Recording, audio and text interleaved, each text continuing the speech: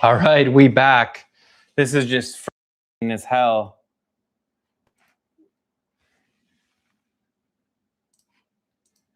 I'm sorry, guys. I made a mistake. Okay, I had a problem, you guys. Can you hear me? It was a VPN. Yeah, VPN.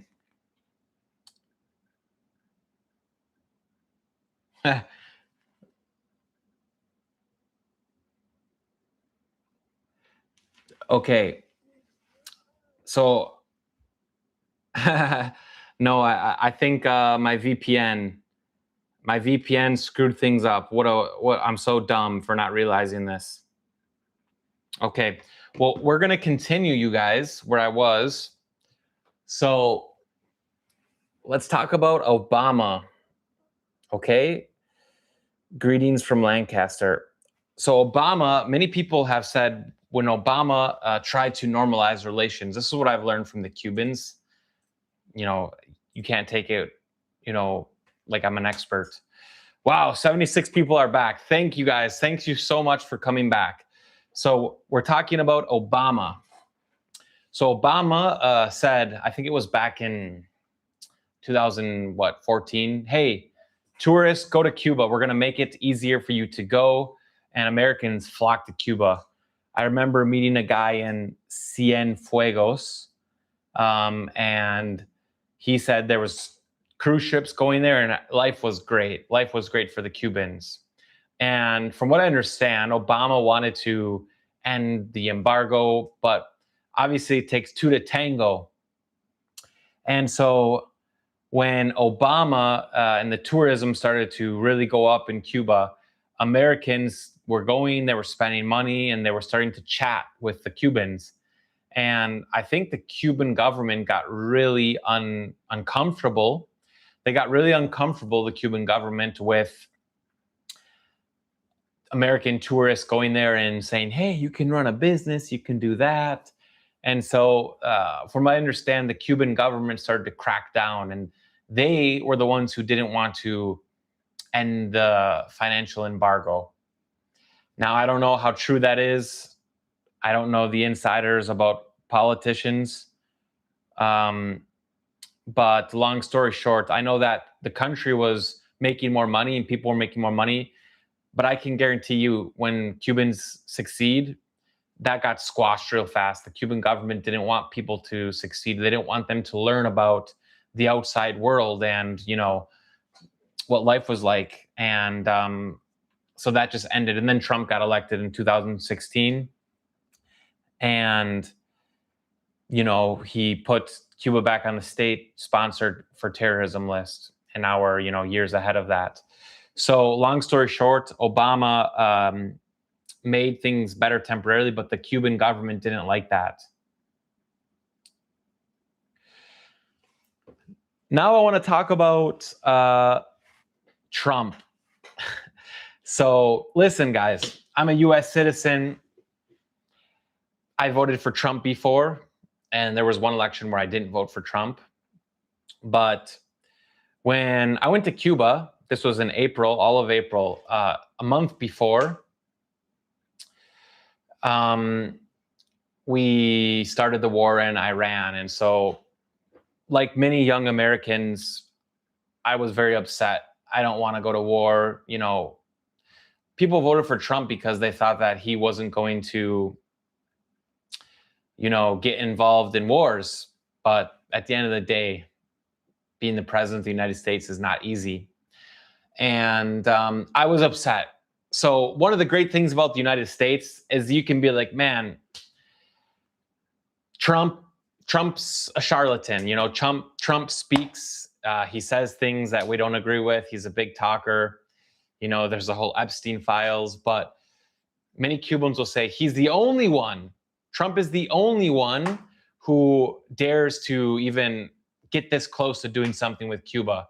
So I understand why Cubans like him. And with regards to Cubans that vote for Trump, I'm very interested about these Hispanic American communities that live in the United States, because for whatever reason, in the university, right, when you go to college in the United States, they try to paint us as the Hispanic American as, like, let's think Mexicans, Chicanos.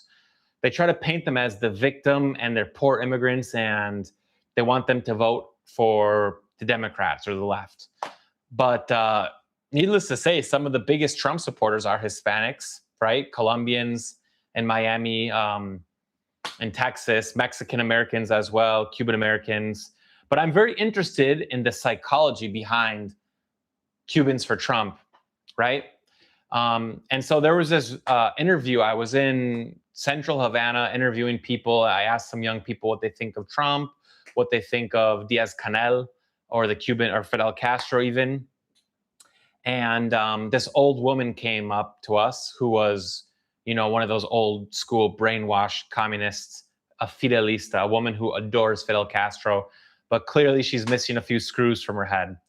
And everyone was like, yo, move on, old lady. But I was like, no, let me ask her some questions because I want to understand the mind of a true communist. And, you know, she says, Fidel is the greatest thing ever. Raul and his brother Raul, they take care of us. They give us rice. You know, people are starving to death. And there's these people in particular, age 60 and above, usually in their 60s to 70s. They are just true communists. They will even defend the fact that their parents got their houses expropriated and stolen. And they just, you know, the part of that generation of the Cubans that were born in the 60s and 70s who were part of the social change, because Fidel Castro was smart. He went after the education system. He says, we're going to indoctrinate these people. We're going to erase the history, and we're going to make Cuba, before Castro, a bloodthirsty dictatorship, which I think everyone agrees Batista was a dictator. And in the interview, she says, what do you think of your president, Trump? Because I said I'm from the United States. And I was sort of, you know, part of interviewing is you want to be somewhat agreeable so they can explain more and, you know, you can establish chemistry and empathy with them. So I said, okay, Cubans that love Trump, excuse me, I said, Trump is a bastard in a sarcastic way, right? Many people think Trump's a bastard, not sarcastically. Or Trump is just a buffoon, right?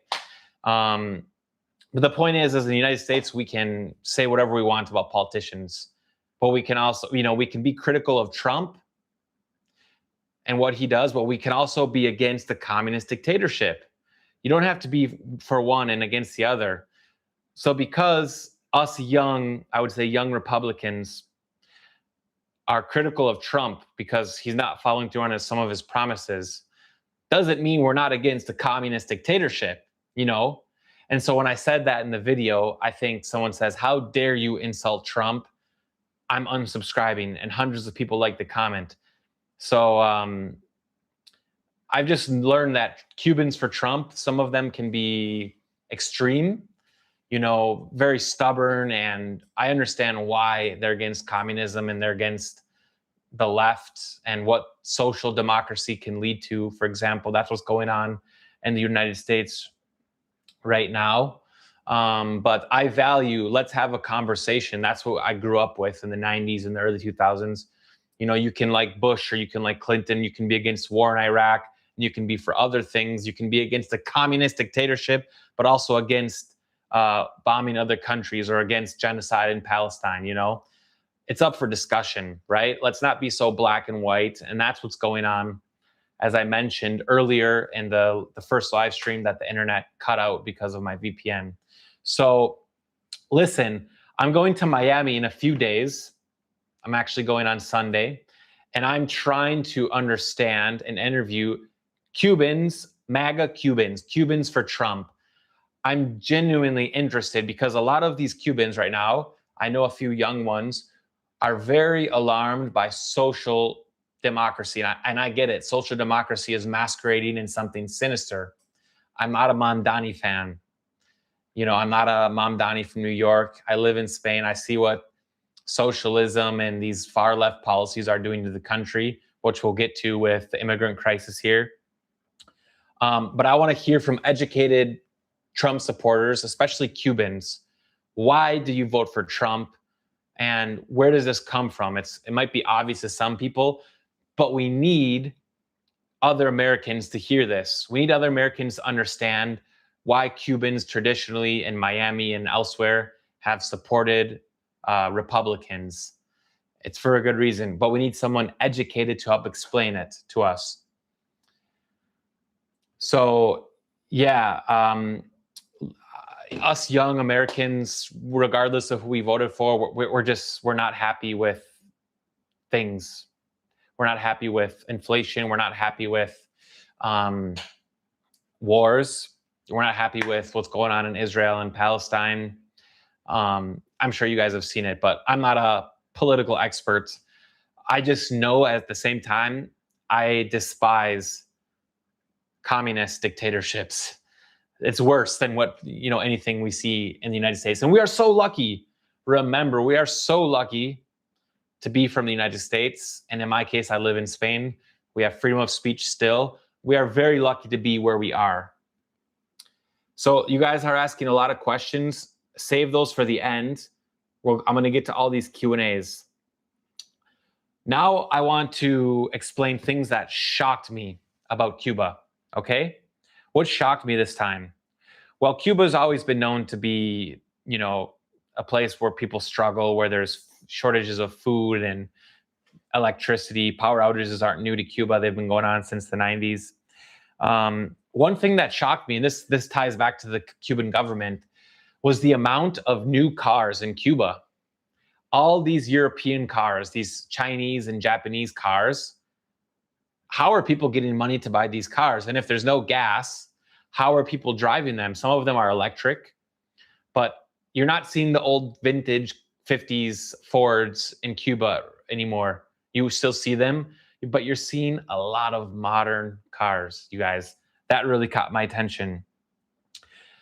I mentioned this on the first live stream, but my experience in the hotel, which as an American, I technically broke the law, but the hotel experience in Varadero, I can see why Canadians love Cuba.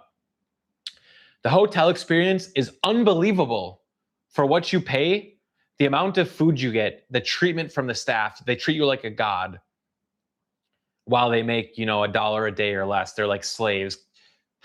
They say, that's the one thing I can't agree with.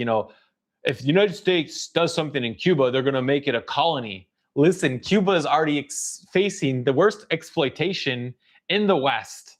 Everyone in Cuba that works for the government or for anything, tourism, they are slaves. They are modern day slaves. How can the left not see this? They are slaves. In Cuba, the people are slaves. Slavery never ended. In Cuba, everyone's a slave. Do you understand? It's insane. And so in the hotels, you have copious amounts of food. You feel guilty because you have breakfast buffet, lunch buffet, dinner buffet, and the reality outside of the resorts. The other thing that surprised me about the resorts were that there were Cubans going on holiday, on vacation. I met a couple Cubans who live in the United States. They fly down to Varadero. They go on holiday. They bring their family out. They pay for their whole family to go to the resorts because Cuba is so broke now that they're letting Cubans go to the resorts, which is something they never did in the 90s. In the 90s, the government, if you were Cuban and you came into contact with a foreigner and you weren't authorized, you're going to jail. I mean, what kind of country? That's North Korea. That's like North Korea. And that was Cuba. And yet, as I mentioned about the Canadians, they like Cuba. I think the Canadians, some of them are good people. The Canadians, they're just like Americans. We're brothers, we're cousins. But some Canadians feel morally superior going to Cuba, thinking that they help the Cubans, when in the hotels, maybe less than 5% of the population works in hotels, and they're experts at getting gifts. So the hotel workers in Cuba, like I said, they're exploited, but they schmooze up the Canadians and they get free gifts and Apple Watches and iPhones and entire suitcases. And the Canadians, I don't know if they're ignorant, but they just go, oh, we support the Cubans. Listen, 95% of the population, the 5% that's not working in the hotels, they don't see any of the gifts.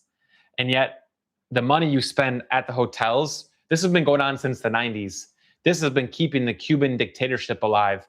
The money you spend at the hotels, and everyone that's watching this knows this, that the Canadians think they're helping, that goes right into the Cubans' coffers. And this is what enables them to oppress the people. They don't have money to fill up the government-run grocery stores, but they have money and to fill up the police cars and the military to go arrest people and squash the opposition. You know what I'm saying? The Cuban government, they clamp down, man. It is so oppressive. Most of us have no idea how oppressive the Cuban government is. Okay, another thing that surprised me, this surprised myself. Most of you know I went to Baracoa. Baracoa is the first city in Cuba founded by the Spanish in 1511. I somehow got to that part of Cuba during the worst field crisis in history. And I was shocked at Baracoa, man. What a gorgeous place. A person who loves Spanish American history, what an amazing place, Baracoa. It's just, if I have to say what's my favorite place in Cuba, not even close, Baracoa. Baracoa is wonderful. Baracoa is magic. It's like a different planet. The people are so different than Havana. Quite frankly, I'm not a big fan of Havana. Havana is full of hustlers and misery and trash, police. Havana is just, I wish more people realize you got to get out of Havana and Varadero. Baracoa, that is magic on planet Earth. It's like Costa Rica, but in the Caribbean. Has a microclimate. The people have this unique genetic mix of, you know, their Spanish, European mix. There's not a lot of African DNA there. Some people there are black, but most people are really, I think, you know, like a quarter indigenous and 3/4 European. It is such a unique mix. Baracoa is amazing. And I'm just dumbfounded I got there. So I took Via Sul, which is the bus for tourists, which was still running. I took Via Sul. It was, I think, around 50 euro, one way from Santa Clara to Santiago. I spent 2 days in Santiago where I met that Cuban criminal, the Mariel boat lift guy, the Scarface guy, not actually Tony Montana, but he spoke like Tony Montana. And then from there, I caught 3 shared taxis. And that was like, these shared taxis in Cuba, you're in this little vehicle and it's bouncing, the roads are terrible, and you're squeezed in there with Cuban grandmas who are spending 75% of their monthly salary to go see a family member in jail. Going back to Baracoa. So Baracoa is isolated, you guys. Very few people the last few years have gotten to Baracoa, and they used to live from ecotourism. Baracoa, man, wow. I was in love with Baracoa. My other favorite place in Cuba was Cienfuegos. And someone just said, Santiago is where the beautiful Cuban lady's at, and Holguin. I tell you what, I have a fiance, she's Venezuelan. But yes, the ladies in Holguin, oh my God. Okay, sorry, I know there's women watching. Let's be gentlemen. The beautiful women in Holguin, and they have a nice Cuban accent. Not that Havana accent, you know? They have this just beautiful accent that sounds like Venezuelan. All right, moving on. So I want to talk about the interesting people and the fact that I think I was being followed by the state police. Someone else commented earlier. And I see a comment that says Viñales, which is the Cuban tobacco region. It's beautiful, it's gorgeous, but again, they're selling you the whole vacation package. It's not very realistic. It's not the real Cuba. I mean, it's real, but that's a tourist facade. I still like it though. So there's 4 people that really changed my perspective this trip. So one of them was Elliot, the Cuban Rasta man who fishes. I met him again. One of them was Ernesto, my tour guide, who was in 3 videos. Ernesto, who spoke perfect English. And this guy, there's something going on there, which I'll explain in a few minutes. Luciano, which was the Cuban criminal. So people like to say Trump's deporting people, but Luciano was deported in 1991. So I think that might have been Bill Clinton. He was deported because he was a real criminal. Yeah. So the migrant crisis that we saw under Biden isn't the first time it's happened. We'll get there. Luciano, he was fascinating, spoke perfect English.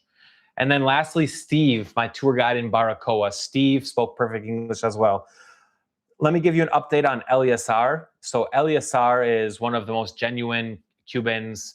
He's a black Cuban from Santiago, and his grandfather was Jamaican. His grandfather, believe it or not, immigrated from his grandfather immigrated from Jamaica to Cuba looking for work, and I just felt a nice connection. A true, honest person. He fishes for food, and good news about Eleazar, and this is thanks to you guys. Eleazar has a sponsor, meaning someone from one of my videos fell in love with Eleazar, and he ended up, he sponsors him, meaning he gives him a monthly allowance. And so that changed Eleazar's life. He's not struggling. But Eleazar frequently writes me saying that, listen, man, things are rough here. We're out protesting at 4 a.m. with the pots and the pans. We can't take it anymore. He's giving me good information. This guy, I wish a guy like Eleazar could get to the United States or Spain. He's one of the people who deserves to immigrate, but he's trapped like many Cubans, like millions. Let's get to Ernesto. Ernesto, do you guys remember I did a video with Ernesto, 3 videos actually. One in Miramar. Thank you to 24 Hills for the super chat. Ernesto was this Cuban who showed me the wealthy side of Cuba. He showed me the forgotten agricultural side in Mayabeque, which is kind of an area where they launched an agricultural revolution to feed the country. And also he brought me to the old Pan American Sports Stadium, which is like, an area in Kohima where Ernest Hemingway.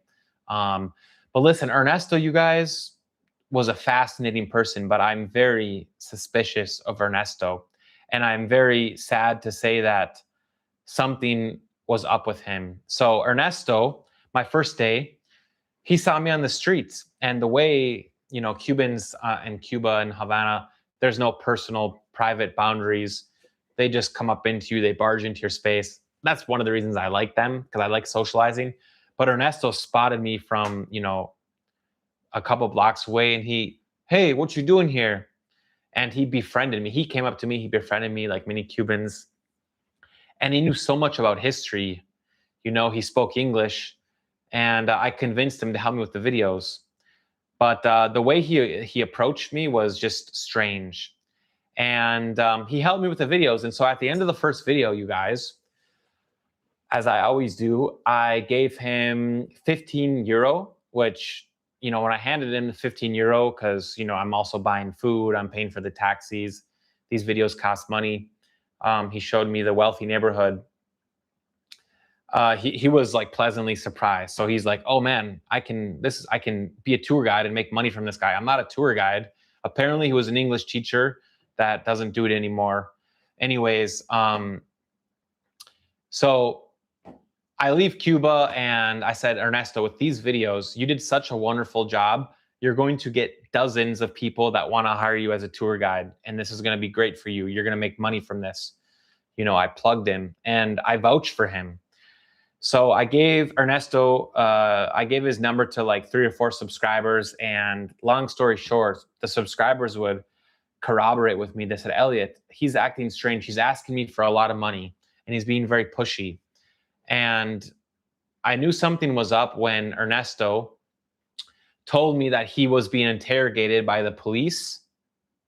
He was being interrogated by the state police, and he needed to get bailed out of jail. And so he wanted me to like send him money because he was in jail. And apparently this was his wife or girlfriend messaging me this in perfect English. At the same time, he was writing a subscriber that he needs a new phone, and that the subscriber has to send him $80 for a new phone. So I thought, how is he in jail his wife's writing me, but he's also writing another subscriber because the subscriber is telling me, Elliot, is this for real? And so I knew he was playing multiple people. And I just go, Ernesto, I confronted him. I said, why are you lying to me?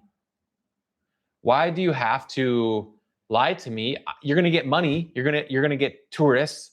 People were amazed by your English skills. And and I kept getting messages and emails saying, hey, Ernesto, is he legit? He keeps asking me for money. He keeps trying to hustle me. And then whenever I would confront Ernesto, he would gaslight me. He would swear at me and say, you're crazy. All of you Americans are the same. And I'm feeling offended. I'm saying, how can you do this to me, bro? You know, if you just would have kept your cool, you would have made hundreds, if not thousands of dollars, which in Cuba is like being a millionaire. But long story short, he was hustling me. And unfortunately, you guys, in Cuba, because of the problems with the economy, is people are very creative with scams and begging. It doesn't mean they're bad people, but long story short, I had to cut Ernesto off and I had to take his number out of the description of the videos.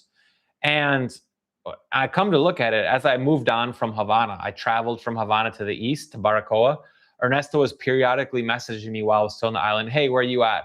What are you doing? You know, because maybe he was providing intel. So I don't know if he was a snitch or anything, but the way he approached me and the knowledge this guy had, he would have been a very, very, very good undercover policeman. Yeah. So Ernesto, and then Luciano. You guys remember Luciano, the full-on Fidel supporter, communist, who was a heroin addict and a heroin dealer in Arizona, one of the Cuban migrants who went over during the Mario boat lift of 1981. Listen, I'm in Santiago, and this guy approached me, and he said, hey, man, what you doing? He talks like that. What you doing, man? Oh, shit, where you from, man? Wisconsin, man. I was in Wisconsin, man. He spoke just like Tony Montana. I was in Wisconsin, man. And I said, man, you got to tell me your story. So this was a true guy.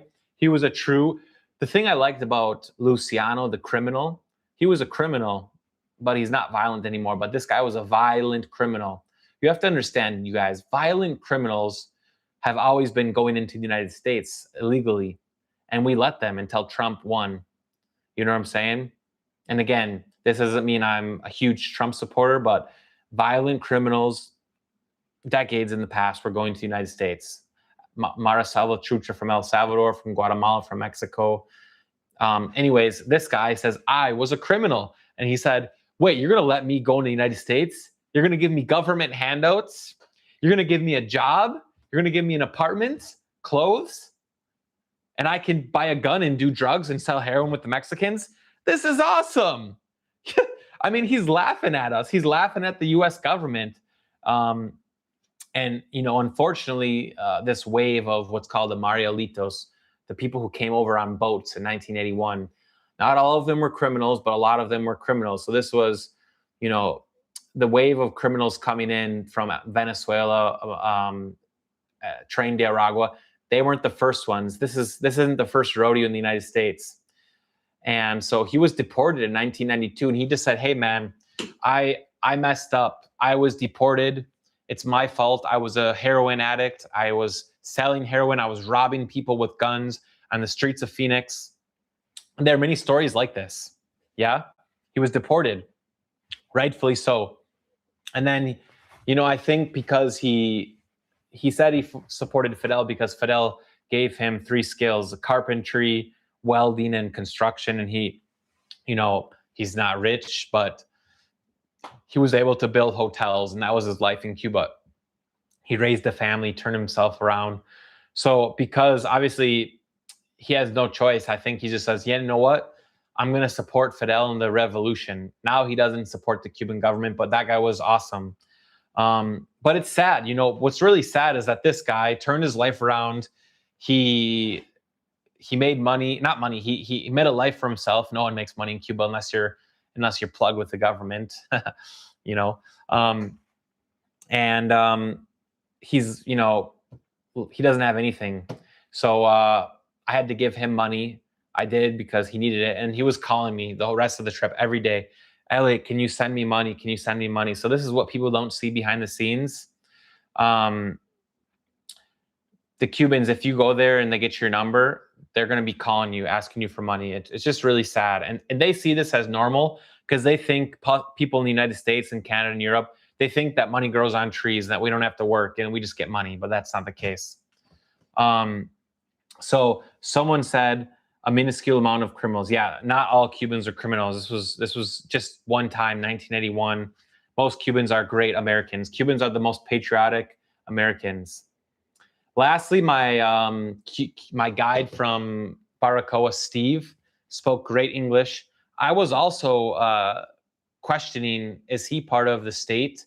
Because he worked as a tour guide. You know, has privilege, he's educated, he's smart. I thought for a second he was also, you know, telling the police about me because he was on the phone, saying, I kept hearing him say like, yeah, we're under control. And my escape from Cuba, which is what I'm going to talk about now. Someone tipped someone off because I was guaranteed followed by the state police on my way out. So Mikey, the poet from Chicago. Mikey is the guy I'm going to film with, a rapper, old school rapper in Chicago, who's Italian American, and he's going to bring me around the hoods of Chicago. So, yeah. I know the Cubans are law-abiding citizens. The Cubans are the best immigrants. We couldn't ask for better immigrants. They're just as American as me. Heck, they're more American than me. Yeah? Okay, so after a month in Cuba, I filmed, you guys, 10 videos. I was filming 30 days in a row. And I see on Twitter, I see people tweeting this guy named Ballard, I think he's a senator in Florida or a congressman. There's people starting to chatter. Cuba's going to be freed. We're going to intervene in Cuba. And I'm going, oh my God, am I going to be in Cuba when there's going to be some sort of military intervention? And I was starting to get nervous because if I'm in Cuba when the US intervenes, they could do anything. Like I'm a threat to Cuba, even though I'm not. So I'm starting to get paranoid in Cuba, you know? And then I have 10 videos from Cuba.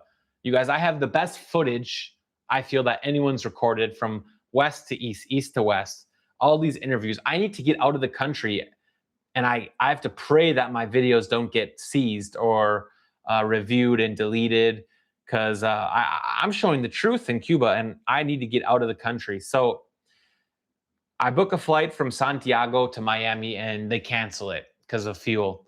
So my only option was go from Baracoa to Holguin through this beautiful park, and it's called Alexander von Humboldt National Park in eastern Cuba. And so in the morning, I go to the bus station, and I told my Airbnb host I need to get a taxi. And again, I think either my tour guide or my Airbnb host might have tipped off the government, because I said, hey, I'm going tomorrow to look for transport to Holguin because I have to get a flight from Holguin. And I get to the bus station in Baracoa, and there's two guys, a guy with gray hair and a guy, both of them clean cut. They have a nice watch on. They're dressed a little bit better than other Cubans. You know, they have all their teeth. And I say hi to everyone. I say, buenos dias, how you doing? And these guys look at me out of the corner of their eyes. And so I go to a shared taxi, and I say, hey, you know, because that's how you travel in rural Cuba. I say, hey, I want to go to Holguin, or to Moa. Moa is M-O-A, Moa, a mining city. So how much is it? And they say like 15,000 pesos, which is $30.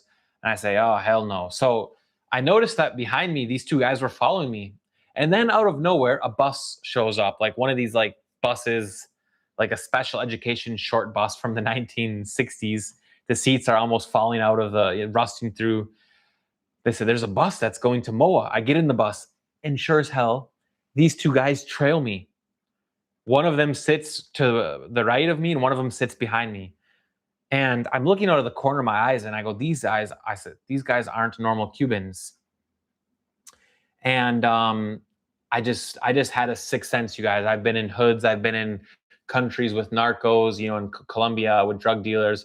And when you know something's off, you know something's off, because normally if it's a normal Cuban, you'll say hi to them and they'll be really curious. They'll ask you about your life. These guys didn't. They just looked out at me through the corner of their eyes.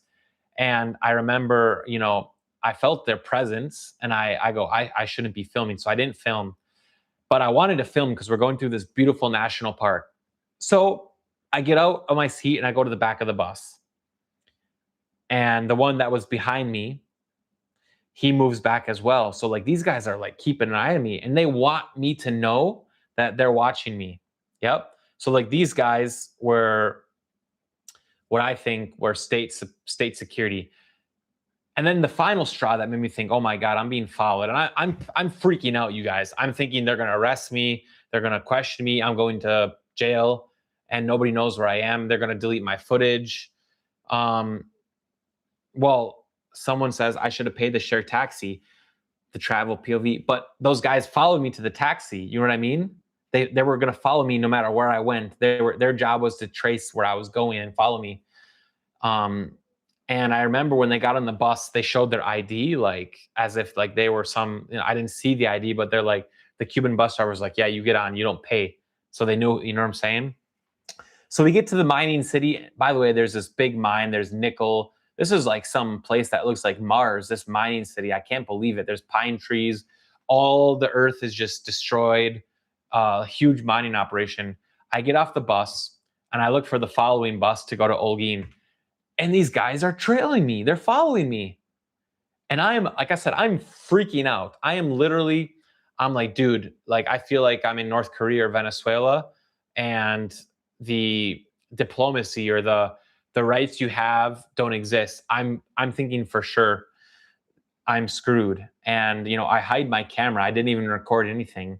And I start to move my SD cards. I hide my SD cards as well with hundreds of gigs of legendary footage.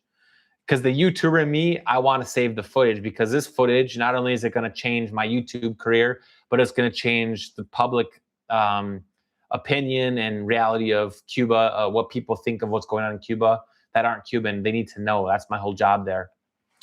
So I finally get to Holguin, and I think they realize, all right, this guy isn't a threat. I get down off the bus and they leave. But like, you guys, they were looking at me out of the corner of their eye. And I go, well, maybe they weren't police. But then, a couple weeks later, this Nick Shirley, if you guys know who Nick Shirley is, he said that he was also being followed by the state police. Is he doing that to create a public stunt and create clickbait? I don't know, perhaps. But there have been Americans or foreigners arrested for subversion or problems in Cuba before. And a few months before I was there, some Panamanians were arrested because apparently they were handing out brochures of like, freedom for Cuba or something. So Panamanians were arrested and deported.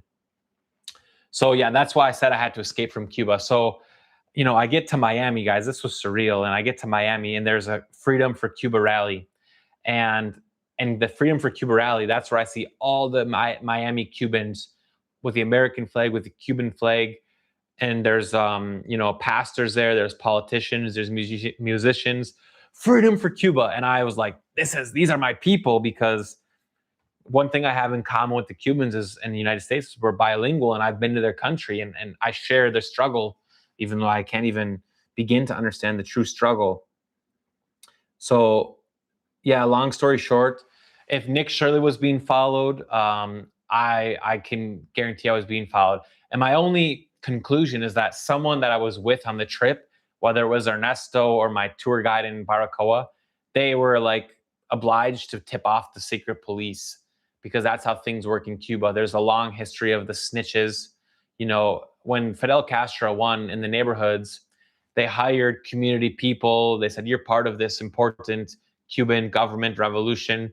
Your job is to snitch on your neighbors that are talking against the Cuban regime. So, the revolution, while some people see it as see them as heroes, they replaced one dictatorship with a worse dictatorship. The Castro regime, the Castros, the Castristas, that's the worst dictatorship Cuba's ever had. Okay, so we're almost ending. We're going to answer all you guys' questions. So my future travel plans. Listen, I can't go back to Cuba because, as you guys see, I speak out. I speak out against the Cuban dictatorship. And listen, Cuba is exhausting. I don't want to go to Cuba when people are so poor and they're begging you for money. There's so much stress. It feels abusive, or it feels like you're exploiting. Like it's not fair. It's not. We shouldn't be going to Cuba. I had a purpose to record, but it's just not good. Um, Devil Dog says, Devi says, all your guides were snitches. Yeah. So unless there's some sort of change, meaning I don't know what's going to happen.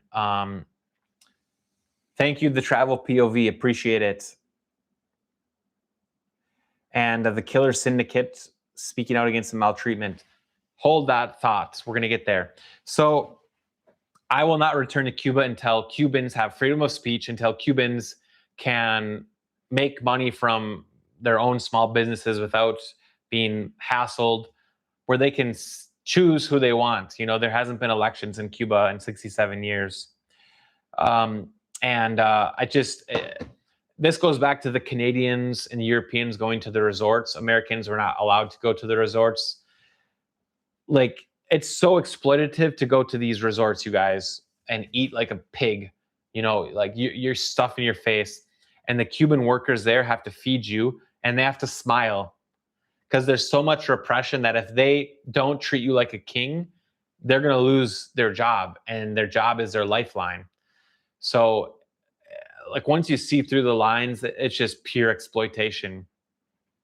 The Cuban Revolution fought for the end of exploitation and foreign ownership of the country. 80% or whatever of the land was owned by foreigners, but there was still a lot of private property owned by normal Cubans.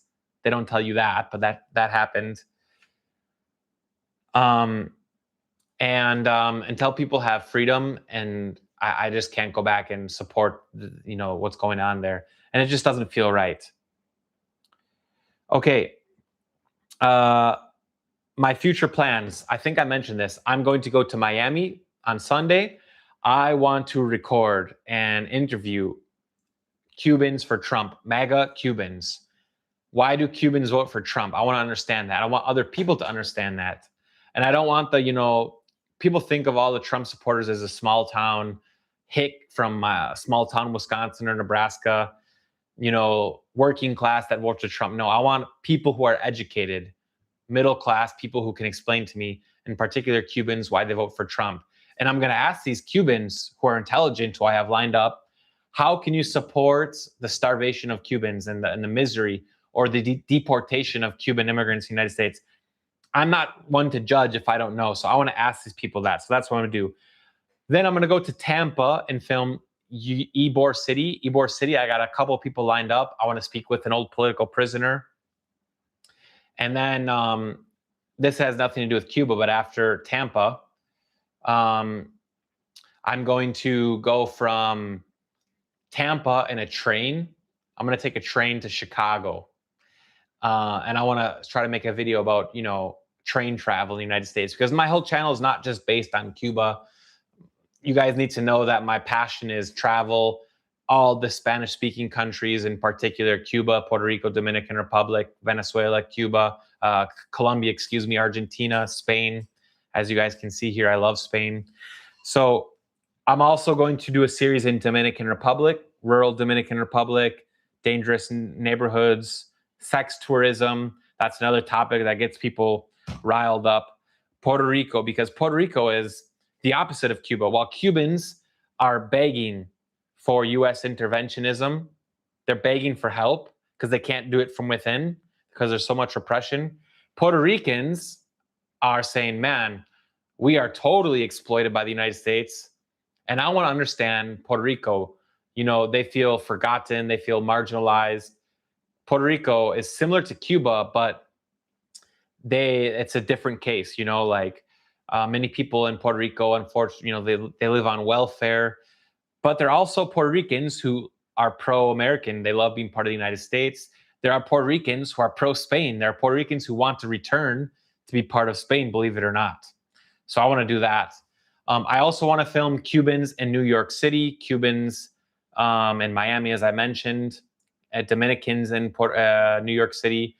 I want to film as a larger scheme, Hispanic American communities in the United States. I want to be that guy that documents these communities that speak Spanish, that are immigrants and have achieved the American dream, and their legacy on the US American culture and history. I want to film those guys. You know, you guys maybe have heard of Peter Santanello. I want to do what he does, but mostly with just Spanish-speaking countries and Spanish-speaking communities in the United States. Because as a person from small-town Wisconsin, people in my town have no idea about Latin America. They have no idea about what goes on in Cuba. I feel it's my personal quest and responsibility to educate them, mostly because they don't speak Spanish, and there are nuances that need to be taught. So, if you guys have a nice proposal, if you're in New York City, Chicago, Atlanta, LA, Miami, and you think you fit within, you know, that community, Cubans, Cuban Americans, Venezuelan Americans, Colombians, and you have a unique story, whether your parents or someone's a political prisoner, a politician, an educator, a lawyer, a business owner, and you want to share your story about your life in the United States and leaving Cuba, leaving Venezuela, whatever it might be. Or maybe you were in crime and you got out of crime. Maybe you were a drug trafficker. There's so many angles. Please write me on my email in the description of all my videos and in the About Me tab on my channel. I have an email. Okay? And I will travel to your city if it's appealing enough, and I will share your story. So to summarize, Cubans for Trump in Miami, Ybor City in Tampa Bay, which is like the first Cuban city in the continental North America. St. Augustine was also part of Spain. New York, Dominicans, Puerto Ricans, Cubans, Colombians in New York. Chicago, Mexican Americans, Dangerous Hoods with Mikey the Poet. And I'm also thinking of doing a Deep USA tour, right? West Virginia, Eastern Tennessee, Mississippi, Alabama. I want to learn. I want to finally, you guys, travel around my country and see things I never got to see that I've been dreaming about. And as I mentioned, Puerto Rico. Puerto Rico's very important for me. Puerto Rico and Dominican Republic. And Venezuela. The most important places for me, besides the things I mentioned, Puerto Rico, Dominican Republic, and Venezuela. And then Argentina is like secondary. So with that being said, you guys, I have questions written down of people that left comments. I'm going to answer these questions, and then everyone that's commenting, there's comments. I appreciate you all for commenting. I will answer the questions that I see here in the chat box. So the first question is, am I going back to Cuba soon? And am I going to the island of youth, La Isla de Juventud? No, I'm not going back to Cuba because, one, that'd be dangerous for my safety. Certainly, when the Cuban media, like, you know, what's the media? The exile community has reposted my content. It would be dumb for me to go back to Cuba. It would be an unnecessary risk. And again, it doesn't feel right. It doesn't feel right. It's great for content. It's magical, but it's stressful. It's very stressful to go to Cuba because you see so much. It's so sad. In a one single day, you can wake up, you can cry, you can laugh, you can be shocked, you can feel happy, you can feel nostalgia. It's just a place, like a roller coaster of emotions, but mostly it's exploitative. And Killer Syndicate, I want to get to what you're talking about because you have some good questions. Another question was, besides food distribution, what is the most lacking infrastructure in Cuba? Electrical, fuel, roads, housing, or transportation? I would say the transportation. The roads are terrible. There's so many potholes. There's one main road through this country. The electrical grid needs to be changed. And so, like, if there's some sort of change, like, here's another thing. The Cuban government has had billions of dollars to invest on hotels and their own, you know, houses and food and propaganda, let's be honest, because they've spent money opening embassies in other countries.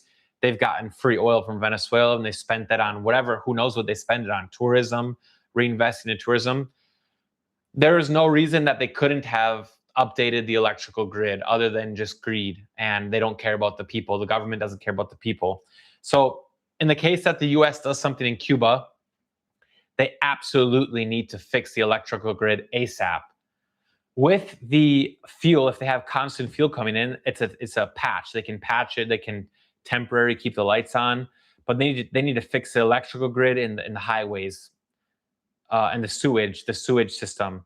This would be something that's going to take many years, you guys. I'm sorry to say, my fiance is Venezuelan, and these processes of fixing the infrastructure take billions of dollars. And socialism in Venezuela, Hugo Chavez, talk to any Venezuelan, educated Venezuelans. As soon as they expropriated everything, the oil plant, the oil, what's it called, refineries, and they nationalized everything, all of a sudden, this was before sanctions in Venezuela, all of a sudden, all the public infrastructure goes to shit, just like that. Same thing in Cuba. It'll be interesting to see what happens in Venezuela. I love the Venezuelans just like the Cubans. The earthquake destroyed, it shattered. You guys, I was knocked down and out after the earthquake in Venezuela. I was heartbroken.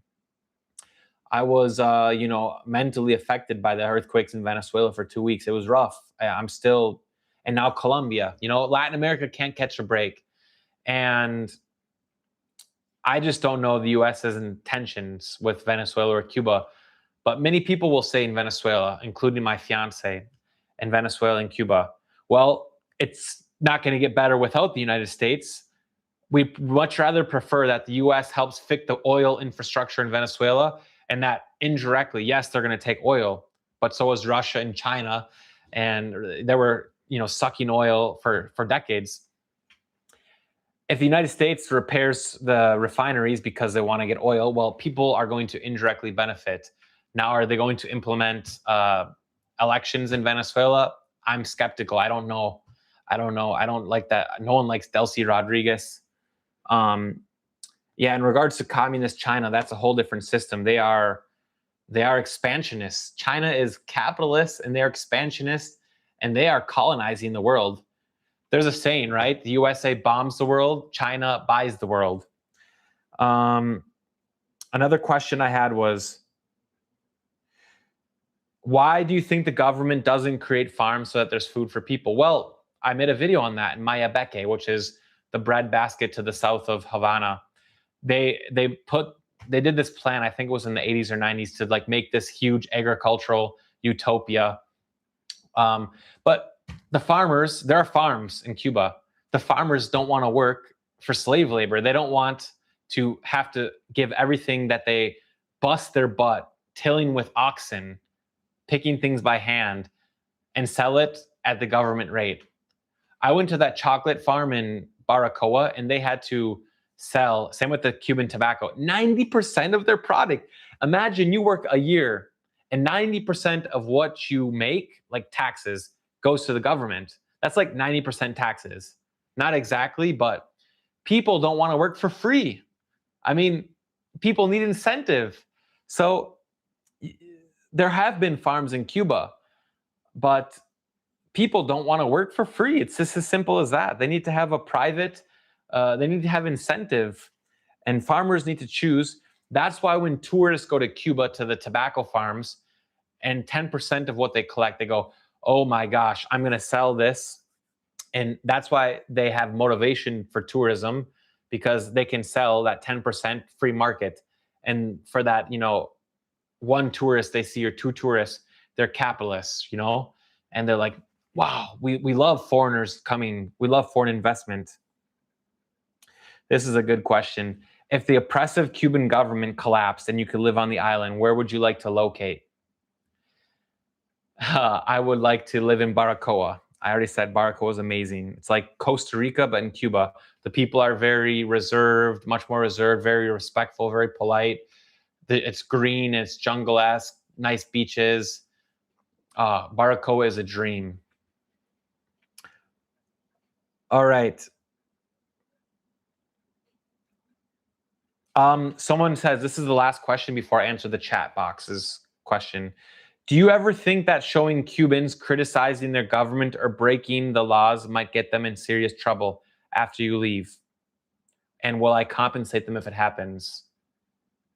Okay. Yes, I was worried about Ernesto because Ernesto kept insisting that I put everything on YouTube. He gave me consent. Also, Ernesto sent me a video after I uploaded the videos. I left Cuba and I said, Ernesto, please tell me that this is okay for me to post. I sent him the video before I published it. And this goes back to why I think he was, plugged in with the government because he has special privilege. Or he just is like, antisocial and he doesn't care. He just said, screw this, I'm going to say everything I want. And well, he did get compensated. What people don't see, people always say that I'm a colonizer, I'm exploiting people with my videos. I have an agenda. People don't see that me and thousands of tourists, in particular Americans, were very generous. That's one thing that makes me very proud to be American.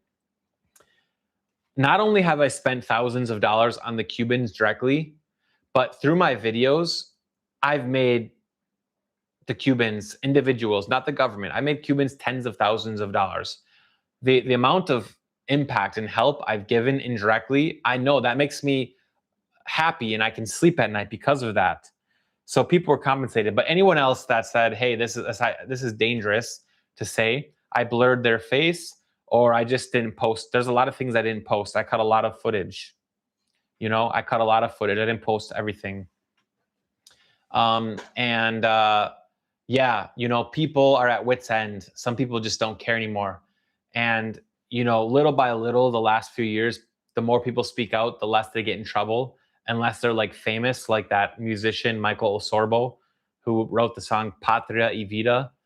He got arrested, and the other ones were in jail. The other ones were already living in exile, so they didn't get arrested. There's a couple young influencers that are Cubans that are really brave.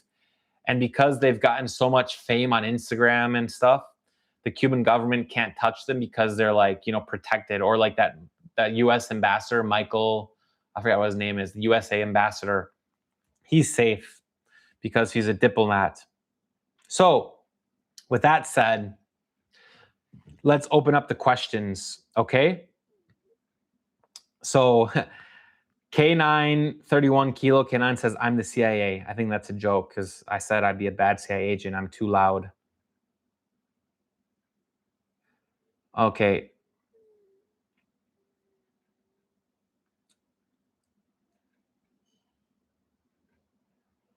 What's a flock camera? I want that one guy. There's this guy that's talking about China's killer syndicate. The USA bombs the world. China builds a railroad track. Which is better? I'd rather the money go to feed hungry American kids and fund universal health care.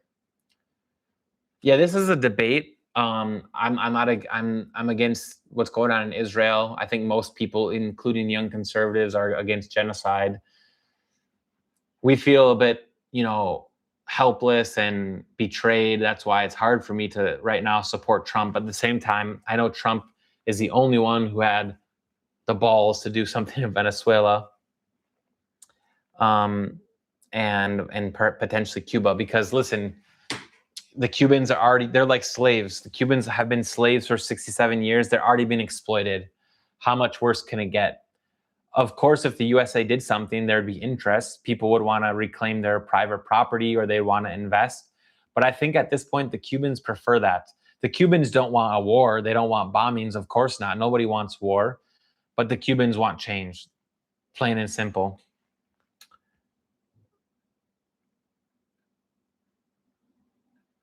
So ask me a few questions, you guys. We have 227 people. I want to sincerely thank everyone for all the support. I had an initial live stream, and what happened is I couldn't, the internet went out because of my VPN, and I apologize, but the fact that I have 200 plus people watching this and that this is my reality, you guys. I'm a kid from small town Wisconsin. As I said, no one in my family speaks Spanish. No one has any relation to Cuba. This is just a personal quest of mine, and it's made me a believer. If I would have told myself 5 years ago, Elliot, you're going to be living in Spain, you're going to be a YouTuber, you're going to be making videos like this that people are emotionally touched by, and you're going to make a living from doing it, because this is what I do now, you guys, full time, I would say you're a liar. You're an absolute liar. I would never believe you. And I do make a living from YouTube. I also have a channel in Spanish. It's my same channel. I'll write the name for those of you who do speak Spanish. I'm sure some of you do.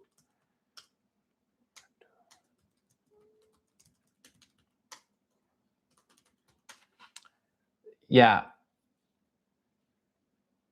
So please ask me particular questions. I already mentioned things that shocked me about Cuba. I mentioned my surprises, the people I met. This was my second trip to Cuba. Oh, dude, good question. Do people in Cuba would like to be part of the USA? Well, not all societies are one person thinks that everyone thinks the same thing. I'm sure there'd be, maybe less than half of people would want to be part of the USA, but definitely some people would want that.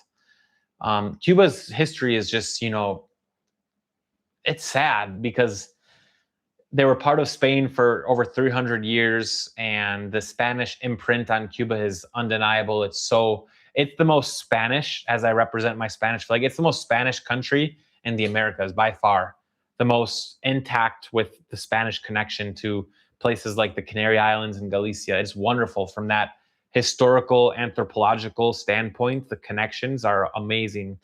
Then, they're independent in the USA and puts in the Platt Amendment, and they're part of the United States business-wise up until, 1959. What they don't like to tell you is that people did live good lives in the 40s and 50s. Not everyone, but there were lots of people who had small businesses and private property. There were a lot of radios and televisions and cars. It wasn't as bad as it is now. It's much worse now than the 50s. But there was a lot of political violence, anyways. So yeah, Cuba, I mean, Cuba, like, it's like Puerto Rico. Does Puerto Rico, is it benefit greatly from being part of the United States? They have the welfare state there. A lot of people are on welfare, but Puerto Ricans feel underrepresented. And I think Puerto Ricans feel some of them, like maybe 40 to 50% feel deep resentment towards US imperialism. Not the people, but I mean, in Puerto Rico, I just saw a story of an American on a beach camping got shot, executed. Like, so that's one thing I love about Cuba. It's safe, right? There's no violent crime there, like, outside of the government being violent against its citizens. Puerto Rico, like, why are Americans that go there on holiday get killed? Is it because they're acting a fool, or because there's people that truly dislike us North Americans? Good question. Like trees walking.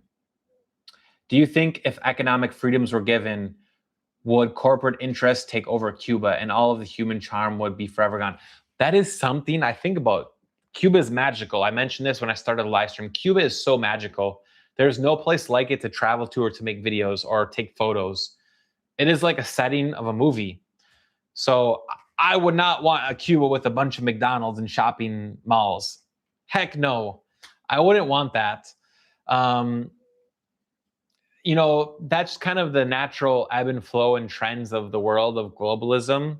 Spain has authentic places, but, US corporations have crept in, and it's kind of like pick your poison. It's either China or the United States. Which one do you want?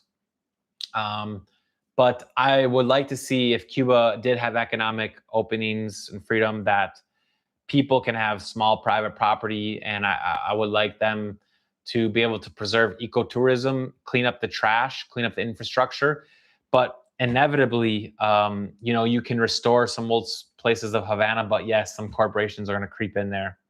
Unless, like, there's a revolution in the United States, which United States, Cuba needs change, but United States, we're going through really unknown certain times as well. So who knows what the future of the Western Hemisphere is, or the world. We are just living in not good times, you guys.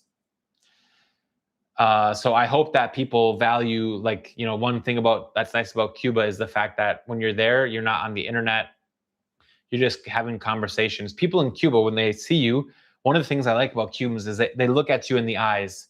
When they speak with you, there's real communication, real contact. There's no fakeness. And one of the things I don't like about going back to the United States is that people are in their own world. People are very fake. You can see the superficiality. And I'm not a superficial person. I'm someone who will hang out with a drug addict, a poor homeless person, middle class. You know, I'll hang out with anyone. And in the United States, when you get to Miami, you're like, man, this is just, it's nice. It's a relief because you have these commodities and these comforts. But United States is, you know, a lot of it is superficial. Outside of small town America, USA is really superficial. And people sometimes they don't even know they're being superficial, but sometimes they have no choice because of the way things work, you know? I still love the United States because, again, freedom of speech. United States has given me this way of seeing the world, this worldview that's unique, and also this open-mindedness, this friendliness, this generosity that I learned from my father, and my father learned it from his father. We learned it from American culture. You can hate on Americans, but we take care of people. We have good hearts. We are nice wherever we go. People, Europeans, oh, you're loud, you're annoying. But people around the world like us because we are nice people. We have big hearts. And I take pride in that. That is the American in me. Even when I didn't have money, you guys, and I'm not rich by any means, but even when I was broke and I started my YouTube career, I always found ways to give back to the community. I always found ways to help people because that is what my father taught me. And that is what being American is about. We help our neighbors and we don't ask for anything in return. Americans, you know, one of the things about socialist Cuba is people expect that you help them, like the neighbors take care of each other. But again, because they think in the United States, money grows on trees, they expect us to give them money. And that's kind of the damage that communism, socialism's done to Cuba. They think that we just have to give things away. And Americans will give things away. We'll be generous. We'll give tips as long as we sense that you're a good person and you deserve it. But we don't like people freeloading. We don't like people that aren't genuine. If you do a good job and you provide a service that we appreciate, Americans will be so generous. And I've seen this around the world. Germans are cheap. No offense to the Germans. Spanish people are cheap. Italians are cheap. French, oh my God. Americans are big-hearted, kind people. Someone says, did I go to Sancti Spiritus? Yes, I did on my first trip a year ago, and I filmed on my Spanish channel.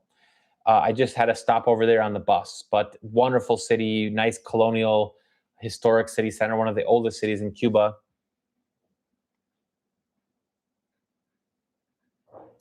Yeah, someone says LILC songs. He supported Bernie Sanders. Listen, I also supported Bernie Sanders in college, but I realized after I got into the real world and I moved to Spain and I seen how Europe works, you know, the whole healthcare. The healthcare here is, they say it's great. It's only great if you have an emergency. Otherwise, you're waiting for months. It's not that great. And immigration is destroying this country and Europe. But so Bernie Sanders, it was just too good to be true. You know, you can't make everything free. You can't make everything legal. It's just not going to work. I believe in some law and order. Bernie Sanders appealed to the young college rebellion, when I was in college, but it just, you know, I admire Bernie Sanders for fighting his whole life, but that's never going to work, brother. I'm sorry. I'm not going to support Bernie Sanders anymore. Okay. Lady Ali says Cubans have never freeloaded off Americans. Well, listen, in Cuba, there's people, they're called in Spanish descarados, sinvergüenzas, and they take advantage of the touristic generosity. So yes, people freeload off Americans. They'll come up with any lie in the story to get money. There are some expert scammers, but you want to also, as a tourist, you go, well, if I get scammed, whatever, man, you know, these people are suffering. That's what I'm talking about. I'm not talking about, Cubans in the United States freeloading Cubans work. But yeah, what I'm saying is because of the economic system in Cuba, people think that someone should just give you money because that's what the government said. The government has destroyed the mentality and made people think that everything's free or that you depend on the government, and the government grocery store has to be giving out food, and the government has to do this, the government has to do that. When really in the United States, we learn to depend on ourselves in the free market and private sector.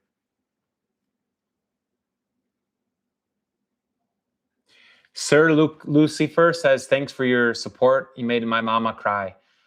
That's why I'm so glad people found these videos, because I've been making YouTube videos for a long time. And it's hard to find a certain style of videos that work, because YouTube is so hard, you guys. YouTube is a challenge. YouTube is so hard. I wouldn't discourage people from trying, but it's so challenging. There's so much competition. There's so much skill out there. I am nobody. I'm a nobody. I'm not a great YouTuber. I recognize that. But I found people who like what I do in terms of the Spanish speaking countries, and in particular Cuba. And to know that I'm reaching those elderly Cubans who never got to see their homeland again, that's why I do it. It's more than money. YouTube is more than money. It allows me to do this. It's an instrument to make money, but it's really about my passion. And I know that you guys can see my passion when I do this. And I just want to say thank you guys. Again, I've been saying thank you. Yes, Cuban libertarian. Absolutely. You're the most educated. It's a breath of fresh air and I would say Venezuelans until, the recent wave of Venezuelans, because Venezuelans now, the last few years under Biden, we got some of the, not the good ones, but the Venezuelan, the first people that immigrates when the country goes down the drain are the educated, right? My fiance is a lawyer, wonderfully smart, educated person. And when I meet a Cuban, whoever commented that, the Cuban libertarian, when I meet a Cuban, it's a breath of fresh air, because I know we're going to connect. And I can connect more with a Cuban American than some Americans, because I know you have a different vision on the world. And what I like about the Cubans is it's refreshing to not talk about race. So like it's just, you're Cuban, brother. We're brothers. We speak Spanish. We share culture. And in the United States, unfortunately, the identity politics has done a number on our system and the academics. And sometimes race makes things uncomfortable. And it's not because that's what people are being indoctrinated, the race, this, race that. In Cuba, I can meet a Cuban from anywhere, mixed, black, white, and I know they're going to have a different cultural education and also probably a formal education. That's one of the good things. I got to give credit. There's a lot of educated Cubans, not anymore, because the education system has been failing the last few years. But any Cuban that immigrated up until 2020, they got good education and they're smart. And just by being born and raised in Cuba, they're different, And the same with the Venezuelans. And they don't complain about things that aren't important. That's why, this goes back to the superficiality of the United States. I cannot stand when people complain about first world problems, and Cubans don't do that. So yeah, Cuban libertarian, I'm going to interview people who are Cubans who vote for Trump, because I want to know why they vote for Trump. Not because I know why they vote for Trump, I get it, but I want other people to understand why Cubans are the biggest demographic of people, immigrants who vote for Trump, and Venezuelans. I mean, it's pretty obvious why. They saw communist dictatorships destroy their country, but not everyone understands that. Hello, Nikki. Nice to see you. Thank you. Nice to see you here. Okay. Any more questions for Cuba? About Cuba? Personal questions? I live in Malaga, Spain. If anyone's ever here, send me an Instagram message or an email. The emails are in the About Me description of my videos. And I just want to say, thank you guys again. Young Americans who are conservative. I consider myself now on the more conservative side, but I'm also someone who's willing to have dialogue and converse with everyone of all walks of life. I'm glad that's how I am. I'm not cutthroat. But I've seen, from the left, I've seen too much intolerance and too much people just hate the United States so much versus they won't recognize that people's human rights in places like Cuba and Venezuela are not being respected. There's no human rights there. And they would rather talk about their hate for the United States while they live in the United States. Like, how can we allow this?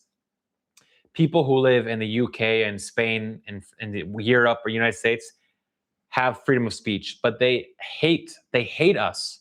They hate it really grinds my gears, and I've gotten out of that mindset because in college I thought Bernie Sanders was the salvation, and I still can admire Bernie Sanders, but I would never vote for Bernie Sanders.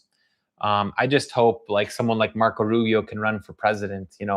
Marco Rubio to me is a guy who, listen, he speaks Spanish. He understands geopolitics. He's educated.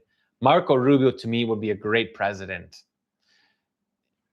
I don't like JD Vance. Marco Rubio, that guy, I can respect Marco Rubio. You know what I mean? And he's younger, much younger. My goodness. Yeah, Nelson Luke, interesting point. In Miami, the white Cubans don't see black Cubans as equal. That's another thing I want to touch on. I want to ask black Cubans on their experience in Cuba. And I know Cuba isn't a place that's free of racism. It's a place that's more tolerant in general, where people do get along. But I know that there's been racism going back to the Spanish days. And I witnessed it to some degree. I witnessed it. I brought Ernesto, who was black, to the countryside, where it's predominantly white. That's another thing that will surprise people about Cuba, is how white it is in certain areas. And they looked at Ernesto funny. And they said, "You're with him?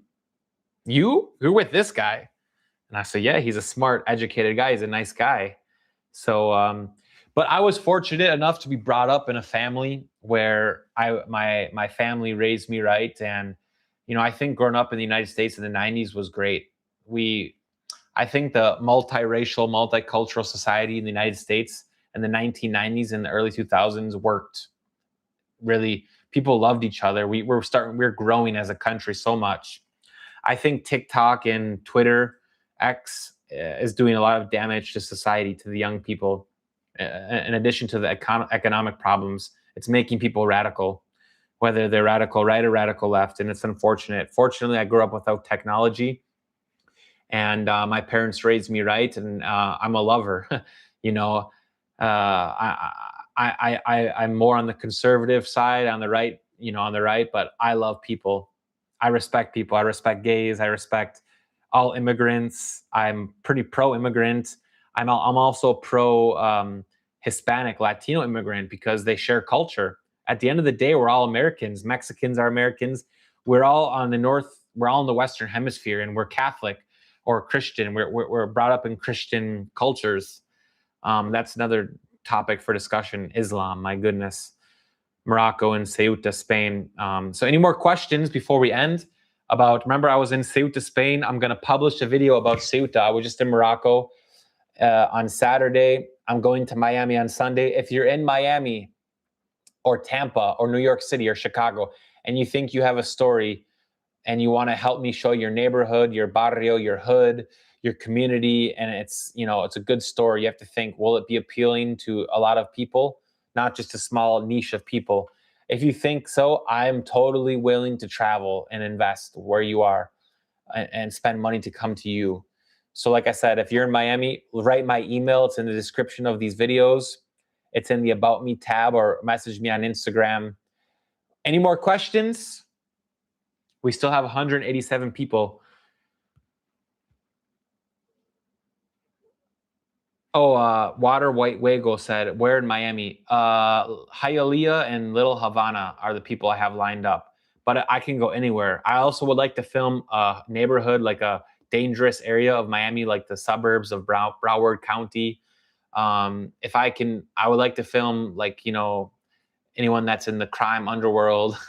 I like dangerous neighborhoods because they're very interesting. Think south side of Chicago. Think Overtown, or I guess Little Little Havana has a few dangerous pockets. I like dangerous areas, you guys. I know that sounds weird, but I'm weird. Um, I like adrenaline, you know? Yeah, and whether Cuba becomes part of the United States, I just want them, I want the relationships, the relation between the countries. I know the Cubans on the island, they want change and they would appreciate freedom of a free market, and they would, you know, can you imagine the euphoria and the positive optimism that if all of a sudden Cuba had freedom in terms of freedom of speech and no political prisoners and thousands of tourists started going there. It would be like a run for the Wild West, but it would be a wild time, you know. And that's just kind of the it's the truth, the ebbs and flows, you know, globalism.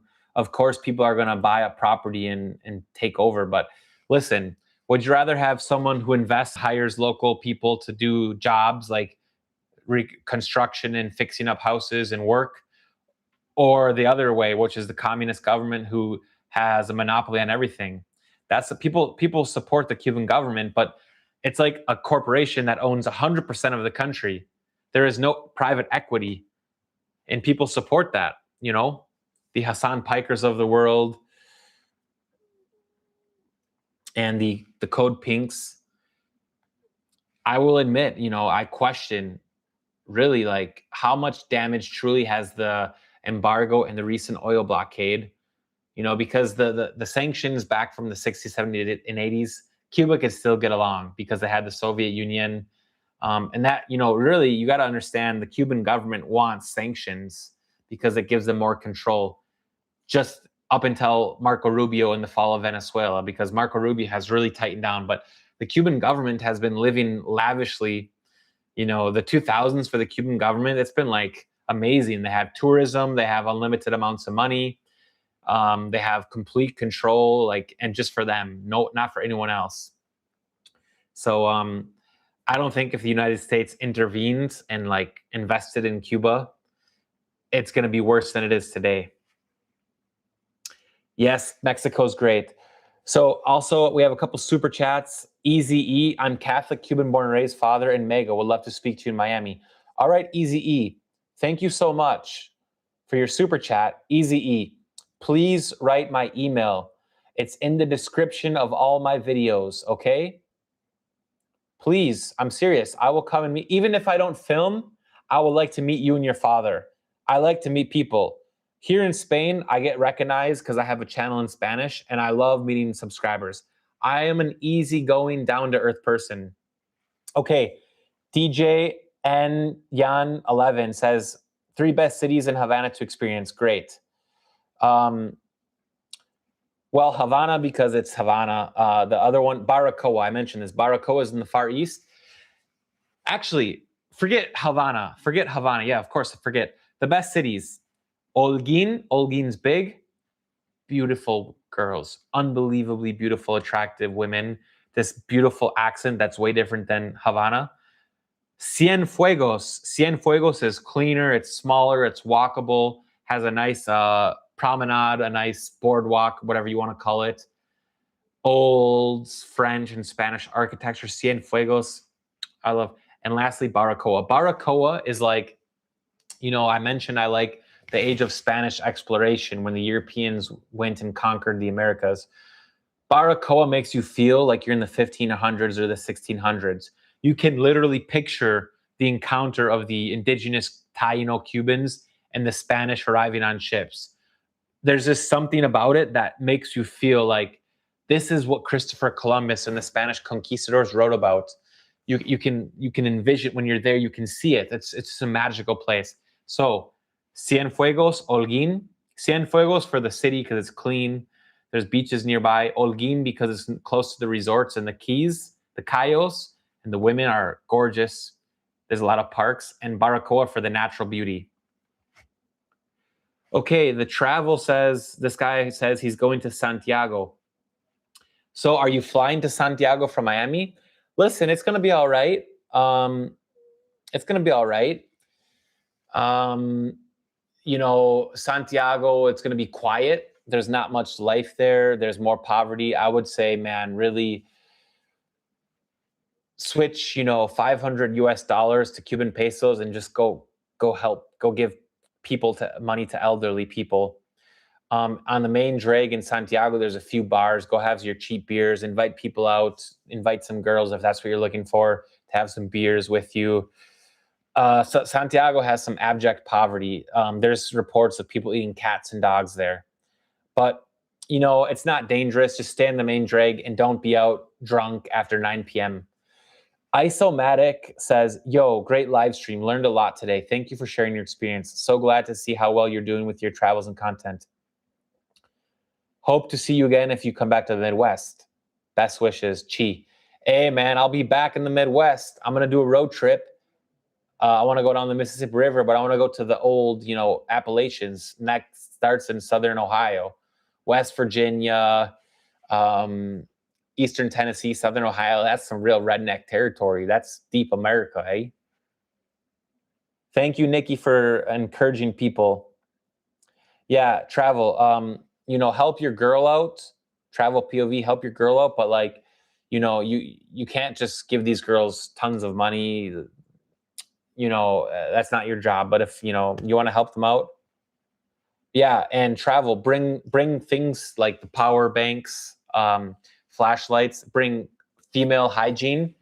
Bring pills like ibuprofen, and give these to the elderly people. Give things that the elderly people can consume, such as like anti-allergy medicine, blood pressure pills, ibuprofen, Tylenol.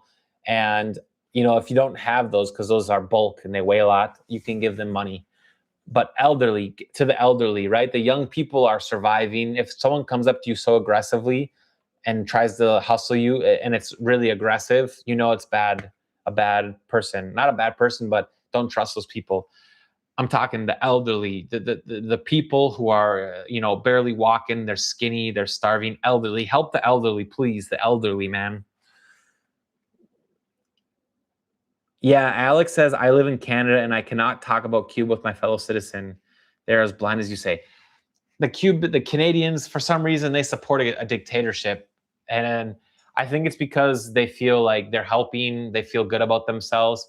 But Canadians are just like Americans. They're first world, super privileged. And so they think, oh, because I go to Cuba and help the people out, I'm better than the Americans. And they don't see what's really going on behind the scenes outside of the resorts. All right, Alien lives in New Jersey. Yeah, message me on Instagram, bro. Yes, I'm going to go to Matamoros, Mexico. I want to film Mexico and cartel territory. You know what's up, bruv. You know what's up. Dayton, Ohio. Oh, the travel POV. Gave medicine, toys, candy, lamps, flashlights, random people in Havana my last 2 trips. Here's another good tip, travel POV. You gave them to people in Havana. But if you want to make an impact, try to go to a place in Santiago or wherever you go, not in the city center. Try to go to some peripheral neighborhoods or even a town in the outskirts or rural Cuba. That's where people need. My video in Baracoa, I hiked 10 kilometers outside of the city, and I helped people living in the sticks without electricity. People are living so primitively in these rural areas. And to show up to those places and help those people, that was the thing, something that felt so good. Those are the people that need help in the countryside or the small towns. Like, make a day trip. Say, I'm in Santiago or Havana. I'm going to go to the outskirts. I'm going to get a shared taxi and go help people. Personally, I like to meet people and speak Spanish with them because I can see what type of people they are. A lot of Cubans in Houston. Interesting to know. DJ, I didn't know that.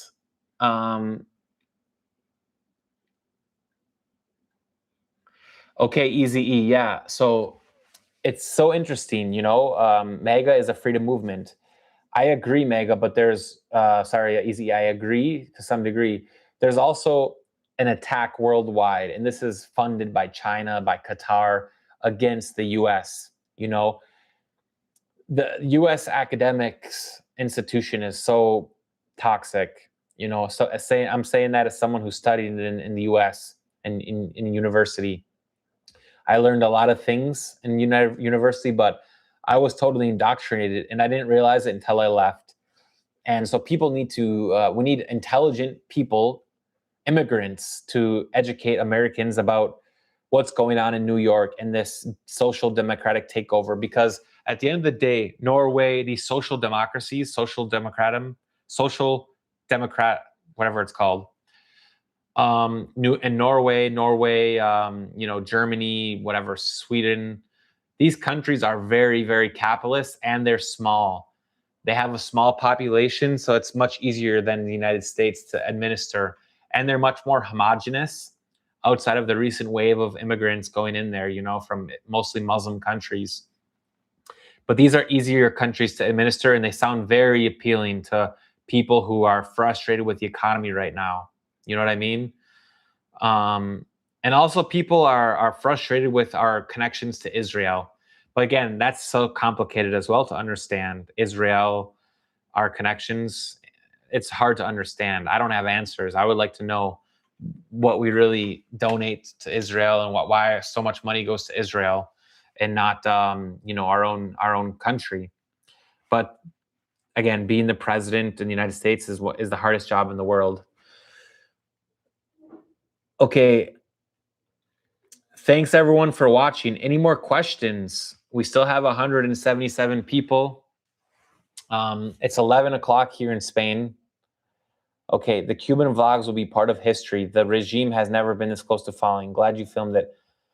Now I fully support the U.S. embargo. Waterway Joe, thank you for the super chat. I do agree. These videos will serve as evidence, right? We'll look back in history, 2026, and we'll say, wow, this was the year that the tide turned. People thought it was going to change Cuba in the 90s when the Soviet Union fell. And the only problem I have with the problems in Cuba is I don't like seeing Cubans starve. I don't like seeing them suffer, because again, these Cubans, good people, write me every day, and they're struggling, man, and it's just tough to see. But definitely, the government needs to be sanctioned. The government needs they have their coffers full, and they've been using this money to oppress the Cuban. As I mentioned earlier, the U.S. sanctions actually interest the Cuban government because it gives them more reason to crack down and to control. And then it gives them the perfect excuse that people buy into, which is all the problems of Cuba are the U.S., which isn't true at all.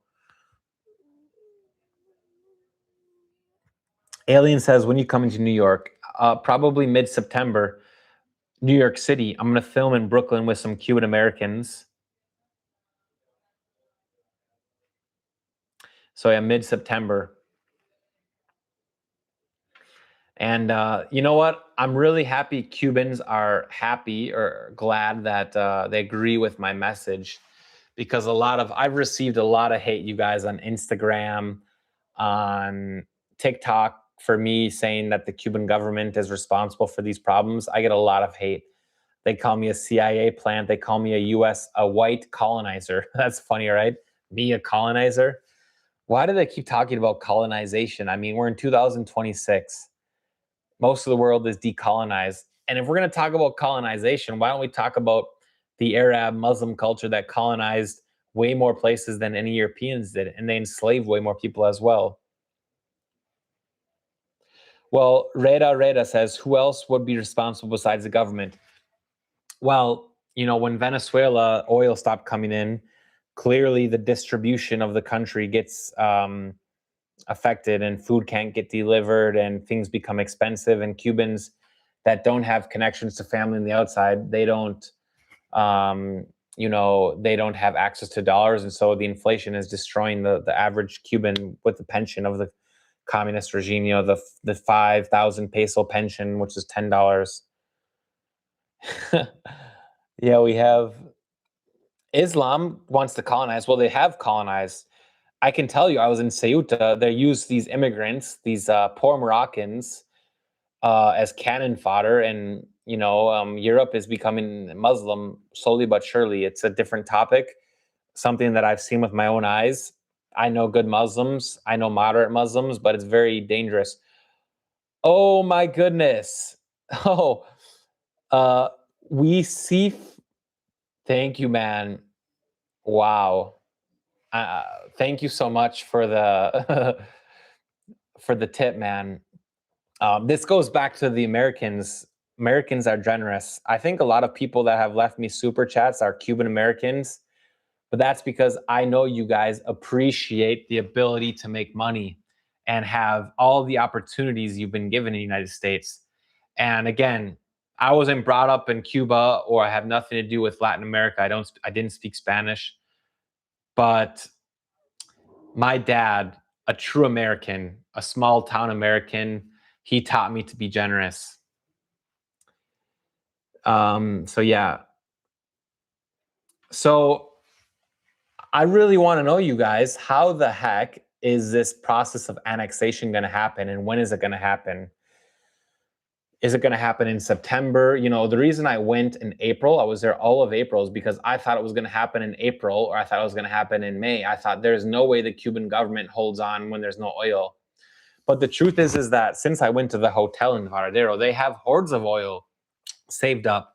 The Cuban government has been accumulating oil for them, and money and resources for them, for their military, and for their, you know, fat pockets and their buffets for decades with Venezuelan oil and tourist dollars. None of that reaches the people. Drives me nuts. And somehow the Cuban government is still hanging on. Now, what would an annexation look like? What would an intervention look like? Who's going to administer Cuba? You know, Marco Rubio is a politician I like, but Marco Rubio has never lived in Cuba. Does he understand Cubans on the island? I know he understands Cuban Americans. He understands what goes on there. I love when Marco Rubio calls out people on national television. He says, Gaisa is a corporation that controls everything. I love when Marco Rubio does that. There's been no other politician in the United States, in history of the United States, who's known how to express that. I love Marco Rubio. Oh, Jimenez, yeah, the firefighter from Miami. See, this guy, Jimenez, he was tweeting while I was in Cuba. Cuba's almost free. So like I said, I was panicking. I was like, dude, they're going to literally like intervene in Cuba while I'm in Cuba. I almost envisioned myself being in Cuba while something was going to happen, and I was going to be able to record it. Like, I thought I was going to be able to record the next Cuban revolution. Can you imagine a YouTuber like, that's the level contents came to. I get to Cuba and all of a sudden the US military comes and I'm there recording it, like, as it happens. Can you imagine that? Unbelievable. That would have been epic. Oh my goodness. W. Seif. Yes, living in, I think in Milwaukee or Madison. A fellow Wisconsinite. Let's go, man. Go Pack, go. Go Wisconsin badges, eh? My goodness. User, safe to take my dad to Cuba to visit his old hood. Yes, absolutely. You go there, listen, let me give you some tips. You go there and you just go there to see a few old friends, and that's it. You don't go talking to people and trying to say, anything political unless you really trust them. It's safe. Cuban Americans, when I was there in Cuba, the only foreigners were a few Italians who were sex tourists. I tell you what, those Italians go there for the girls, the Spanish and the Canadians as well, but mostly Italians. And then Cuban Americans visiting their families. So you're good to go there. Yeah, and Walt Doy Le Project says, when Cuba was a colony, they were the richest in Latin America. You know what Spanish historians will say? They'll say that Cuba and Spain didn't have colonies. They were viceroyalties. The people on the island had equal rights as the peninsular Spaniards. But yeah, that's up for debate. But nonetheless, it was a very rich, prosperous place. Slavery was a rough part of history. But again, Cubans or Europeans and U.S. Americans didn't invent slavery. It happened. It was part of the time. It's tragic. The British Empire abolished slavery. U.S. abolished slavery. And slavery goes back to the Arabs, and the Barbary pirates. I mean, it was terrible, but Cuba in the 50s, if you didn't if you weren't involved in organized crime or you weren't involved in the counter-revolution movement, it was a good place for Spanish immigrants going there to, acquire private property. It was a good place. There's a lot of people who achieved the Cuban dream, fleeing a civil war in Spain, and they found wealth, personal welfare, and personal private property. Yeah, I mean, Trump and Rubio are expansionist, but China is expansionist as well. Yeah, user, you know what? This is going to be emotional for your dad. It's going to be a very emotional trip. Bring the tissues, but you're there to support him. And again, bring things to donate to the elderly, people that your dad might have known that still are there. And maybe you only need, if you're going to Havana, you only need 3-4 days, 5 days max. And I don't know how old he is, how his health situation is, but take care of him. But if 80-year-old Cubans can still survive in Cuba, and 90-year-olds, I met 90-year-olds in Cuba still kicking, I think your dad can do it.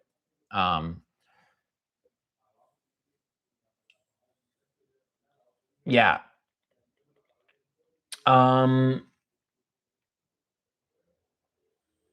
Any more questions?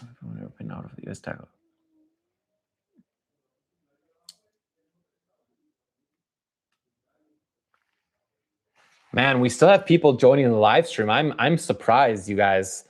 The first part of the live stream I got cut out because of the internet, and I restarted it, and we've been going strong for an hour and 41 minutes. My goodness. My goodness. Okay, Cuba should be a state. It shouldn't be a territory because I don't want Puerto Rico. Puerto Rico, that's one of the reasons I want to go investigate Puerto Rico, because I personally connect with the culture because I'm a unique American who speaks Spanish and I understand Spanish history. But as I mentioned earlier, Cuba is the most Spanish, it's the country that most resembles Spain. And so the problem is there's a cultural disconnect there. Cubans in Miami can adapt to the United States, or Cubans that live in the United States integrate really well. But if our country doesn't understand the culture of Cuba, just like they don't understand Puerto Rico, that's a challenge. And I personally wouldn't like to eliminate like the country's language and like see like, all right, we have to only enforce English and no more Spanish. Like, I don't think that's feasible. So, but I think, they need millions, then tens of millions of investment from the United States to fix their infrastructure, because let's be honest, that's the only one who can fix Cuba's infrastructure will be the United States.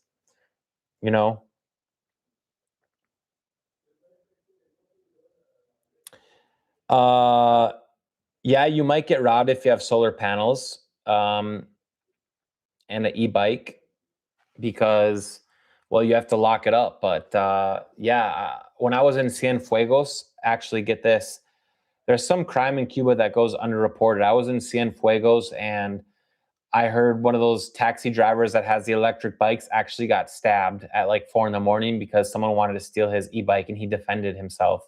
So there's crime because of the poverty.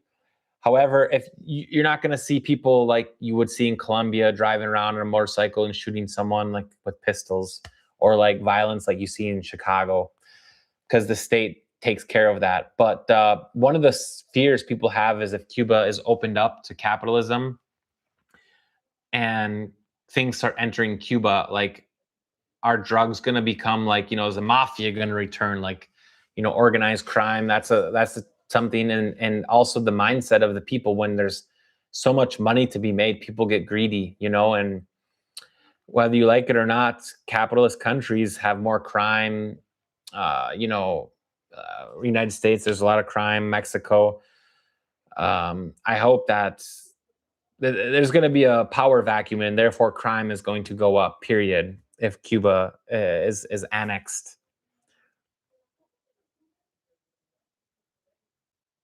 Well, yeah, easy. Cuba should be sovereign, but there's no opposition politician or someone who can lead the country right now. Who can lead the country? Yeah, Puerto Ricans are happy. I'm sure they are. I'm sure Puerto Ricans are happy, but I know that some of them are very frustrated with the relationship with the United States and the government, the U.S. government, and Trump's not a big fan in Puerto Rico like he is in Cuba. Yeah, you know what, Lady Allie? I think Cuban Americans can fix it. Yeah, I think it's the only solution as well. Nelson wants to colonize. You're welcome, Luis. Yeah, you know what, Luis Morgan? The problem with the American or the English speaking YouTubers in Cuba is like people don't go in depth enough. They go to Havana, they go, oh my God, look at the trash, look at the cigars, look at what it's like to live in communist Cuba. It's like, dude, Cuba is so much more complex than that. And there's a lot of good creators in Spanish, that YouTubers in Spain, from Spain or from Colombia, wherever it might be, Mexico, that did a good job in Cuba, but not a lot of English speaking YouTubers for me did a good job in Cuba. There's a few of them who've done a good job, but yeah.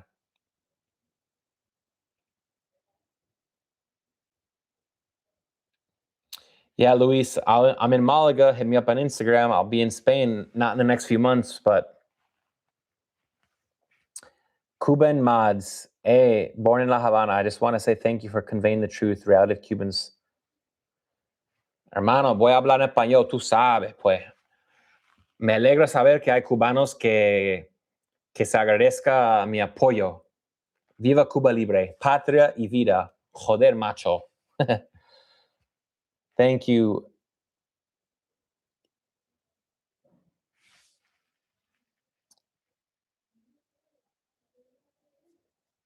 How you ever had incident or close call? What do you mean close call?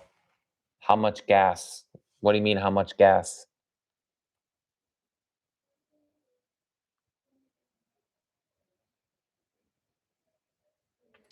Okay, Water Wajo says like China did. So does that mean that there people still don't have freedom of speech and that there's like massive control in the country? Um, I agree with a free market, but like I just think the Cuban government's too inept. They're not competent. If they were competent, they would have already done better. They would have already done that by now. You know, I just think the Cuban government owes everyone money. No one trusts them. China doesn't trust them. Russia doesn't trust them. I mean, for a while they're just Mexico gives them things because Mexico for some reason supports dictatorships, shine bomb, but like Venezuela, they're both like phony, like absolute clowns governments. Maduro is a clown. It was a joke, but they were like best friends, and you know they went hand in hand. But like China's a serious country, Russia is a serious country. Um, Nobody trusts Cuba anymore. Spain doesn't trust Cuba. Spain makes money off the misery of the Cubans by having the hotels there. You know, not anymore, hopefully, but Spain is complicit in a lot of the problems in Venezuela. You know, Zapatero, that politician in Spain, he got caught with a gold mine. Maduro gifted him a gold mine in Venezuela. And then they have the audacity to say the United States only wants to take the resources from Venezuela. What do you think the people have been doing to Venezuela, the Russians, the Chinese, the Spaniards, the government I'm referring to Cuba and Venezuela for decades? They've been siphoning off the resources, you know, at the expense of the Cubans for decades. Unbelievable.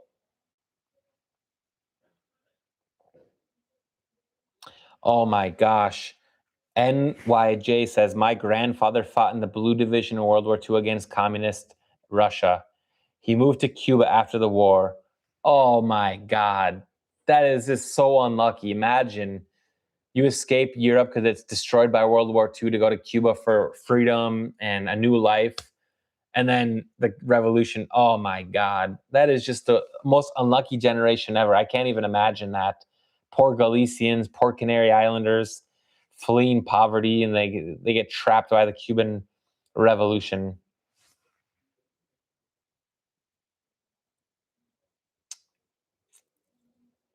No, I've never had a close call for robbery. Never.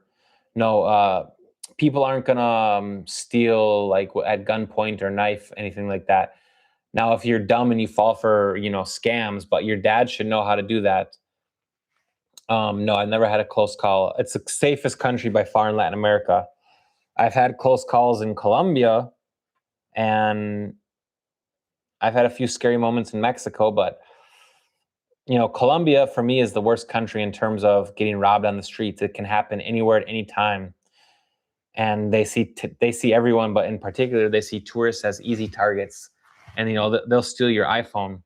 I don't want this stolen because this has got my, I need this. Cuba, the chances of robbery, no, very low. People are what they call in Spanish pesado. They're pesado. They're aggressive. But again, if someone approaches you out of the blue aggressively, walk away. That's not a good person. You don't want to deal with that person. Your Airbnb host will be the person that can solve all your problems. What percentage of Cuba is white? Around 50%, maybe a little more, maybe a little less. It's a very white country. There's people that look like me there.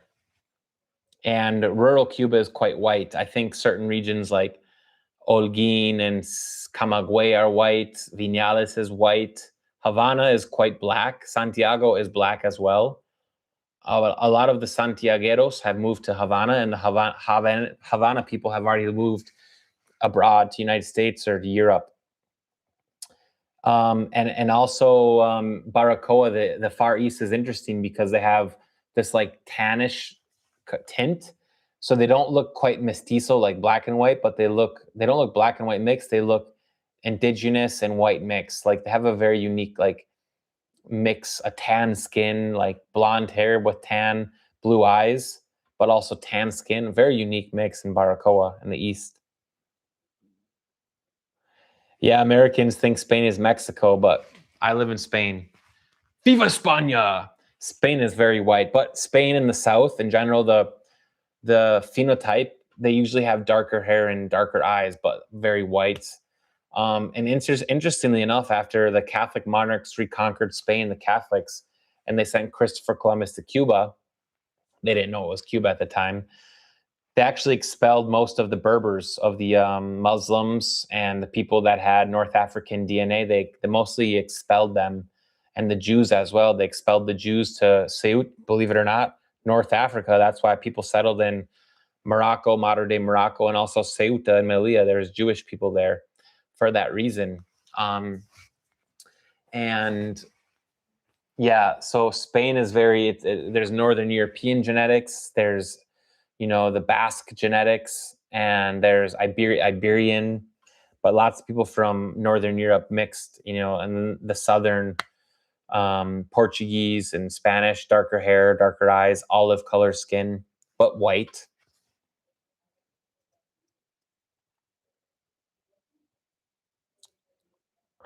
Yeah, Lere Garcia, the communist dictatorship has definitely destroyed Cuba. Totally agree.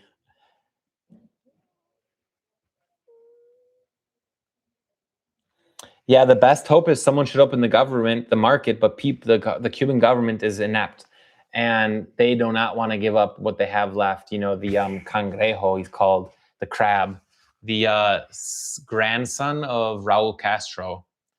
There's these people, and Raul Castro's grandson as well, whatever his name is, the guy Sandro. He's a funny guy who makes videos. These guys, man, they don't want to give up. I mean, would you?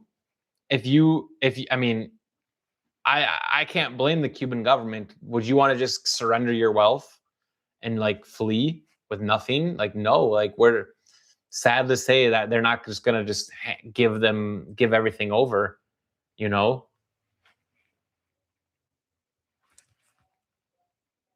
Yeah, I agree. The beaches, and that's if I do go back to Cuba, if and when Cuba's free, I want to go to the Cayo Santa Maria, all these islands. There's so many beaches. I hardly spent any time at the beach in Cuba, mostly inland. Edward says, do you think the United States will eventually, well, already the United States is already messing with Cuba. They're already clamping down their sanctions on Gaisa, the military conglomerate. And who knows, some sort of negotiation or an intervention, I think, will happen in the next few months. I have to say, I hope it does. But we could also be disappointed. I think people are getting excited, but we've been thinking for 67 years something's going to happen, and it has never happened. It's just really astounding. Nothing ever has happened yet.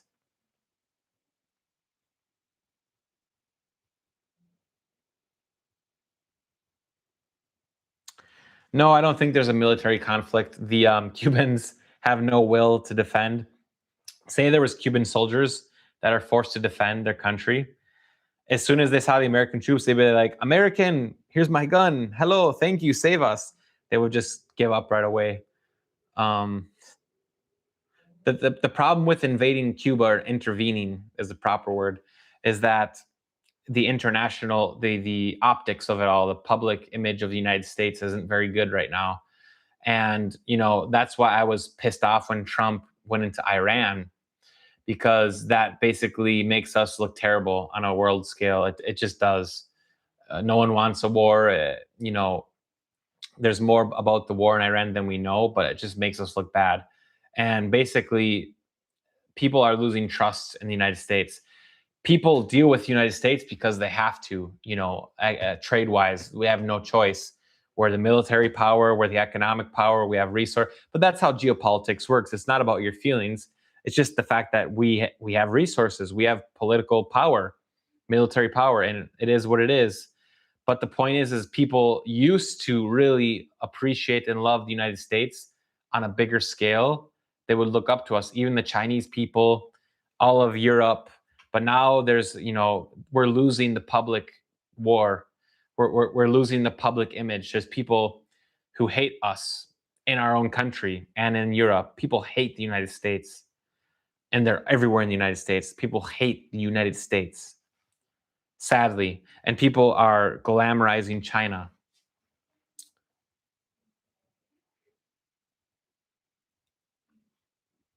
Yeah, the Cuban soldiers do want to be American. No, no one believes there. No one believes. I met Cuban military off duty, or like when they're like going to training. They wear they wear the uniform. It's just a job. They have no other choice. I mean, they shook my hand, and they of course admired the Americans and the United States. Cuba will attack the U.S. with bananas if we come. Yeah, you know what? I think what the United States needs in the future, in 2000, the next presidential election, we need an American president that is firm on foreign policy, like Marco Rubio, and someone who unites the people. I think it's just so admirable that Marco Rubio speaks Spanish and he can unite all the Spanish-speaking countries and the United States, all voters. And Black America feels divided from white America right now, and I attribute this to the U.S. academics, or the minorities in the United States, right? U.S. academics, academia, and also TikTok, like things like TikTok, are very bad, and Twitter, X, but also X is necessary. We need X, but it's very very toxic. It's the best. If it's best if you stay off X and TikTok for your mental health. But yeah, we need a president who can unite us. When's the last time we felt united? I can't remember. You know, I really haven't gotten into politics until like the last few years. Really, I'm not a political guy. I'm just a guy who really likes traveling. I like traveling. I love all the culture. I like visiting other countries, and when I want to see their culture, I go to their country. But for example, if I want to see a Muslim country, I go to Morocco. I don't want to see that in the United States. If I want to see German culture, I go to Germany. If I want to see Spanish speaking culture, I go to Spain or Cuba or Colombia. I love traveling to other countries. I'm open minded, but I don't want to see people who hate the United States in the United States. And the only way to solve that is two ways: with the economy, improving the economy, the way our economy is working. People who need jobs and affordable living, and healthcare is another issue. But also, just people we need to be united. Right now, we're not united, sadly. Yeah, the travel PV. Don't listen to TikTok. Yeah, TikTok is bad, man. It's like they make us want to have a race war. If you just go on TikTok, it's like fighting. I go, what is this? Because I grew up loving my neighbor. I grew up loving the Black community and the Latinos. I never felt divided in the 90s and 2000s. I never felt that way. And you get on TikTok and you start to think like, bro, like what's going on? Like, are they trying to start a race war? Black Lives Matter? Seriously, like I don't know what's going on, man. Effigy Mound in Iowa. Thanks for service. You're welcome. Yeah, of course. Rubio is such a better politician than JD Vance. JD Vance is chosen. I think he lacks, well, he's a shady. He comes off to me as a very shady character. And I think he's not genuine. I feel Marco Rubio has worked his way up. And again, he speaks Spanish.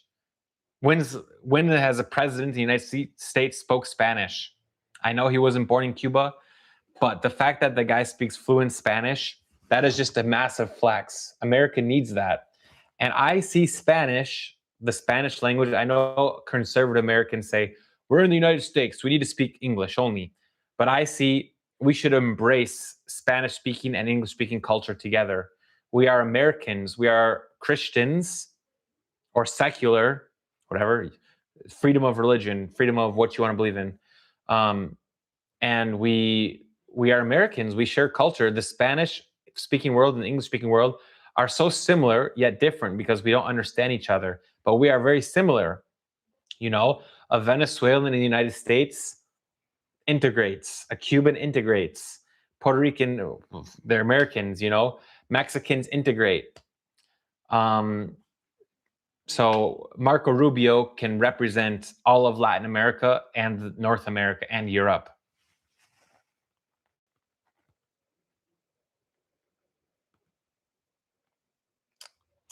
Well, Carmen, maybe he doesn't care about the Cubans, but he cares. My opinion is that when you're a politician, when you care about certain policies will favor people because of the policies. It's not like, oh, I care about you, you know, you're so important to me. But when politicians make policies, those indirectly will support the Cubans, if that makes sense.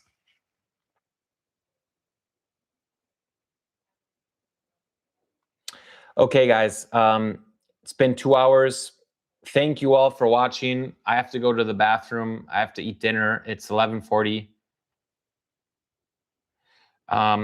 And Rubio, to add to Carmen's comment, Rubio is the one person who understands, at least he understands the way the Cuban dictatorship is. And I can tell you what, the Cuban dictatorship doesn't care about the Cubans. They don't care about the Cubans. Thank you all for all the super chats.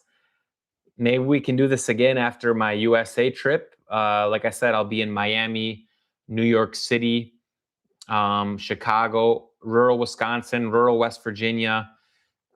You know, Cuba needs freedom.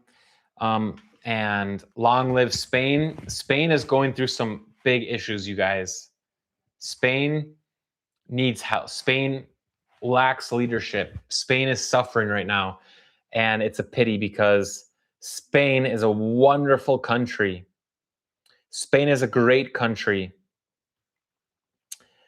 It's a progressive country. It's a country that is very generous and cares about immigrants, Cubans included. But the leadership is lacking. The leadership is weak. And Morocco disrespects Spain. Morocco, they look at Spain, the Spanish government, with disdain. And I tell you what, Morocco feels they historically have claims to parts of Spain, and they're coming with a vengeance. I can't stand for this. Morocco wants to colonize Spain. If you want to talk about colonization, they feel it's a minority, but there's people in Morocco who feel they deserve the Canary Islands, they deserve Ceuta and Melilla, and they deserve Andalusia, and they want to Islamicize it. They want to conquer it with immigration, reproduction, and yeah, you guys, can you imagine Spain without ham and wine and beer? Hell no. And I've been to the UK. I can't stand for what's happening in the UK. And I used to be a Tommy Robinson fan, but I'm not a big Tommy Robinson fan anymore. because he's just off his rocker. You know, he's not rational. He's angry guy, but he has a point. He has a point. Yeah, exactly. Tenerife, Canary Islands. Can you imagine? The Moroccans say that the indigenous people from the Canary Islands, which for the record were mostly exterminated, that they belong to Morocco, but it was never part of Morocco then. And a lot of those, that DNA from those, they're called Guanche, indigenous Canary Islanders, they ended up, the DNAs in Cuba and Cubans and Puerto Ricans, because the Spaniards went there, which were mixed with the Guanches, and they brought that indigenous, that Canary Island DNA to the Caribbean. All right, guys. Viva España. You guys want me to say something in Spanish? You want me to say goodbye in Spanish? Libertad para Cuba. Libertad. Libertad. Abajo la dictadura comunista. Viva Cuba libre. Patria y vida. Vale. Pues, muchas gracias por ver el video, mi gente. Aquí estoy en Málaga. Hablo como un guiri, un gringo andaluz, un idioma andaluz, pues porque yo vivo en Málaga, aprendí mi español acá. Muchas gracias por ver el video. Tenemos 148 espectadores. Y que viva Estados Unidos, que viva España y que viva Cuba libre, coño. ¡Abajo el comunismo! ¡Viva España! ¡Viva Cuba! ¡Viva Estados Unidos! Os quiero mucho. Nos vemos en Estados Unidos. Hasta luego. Venga, chao.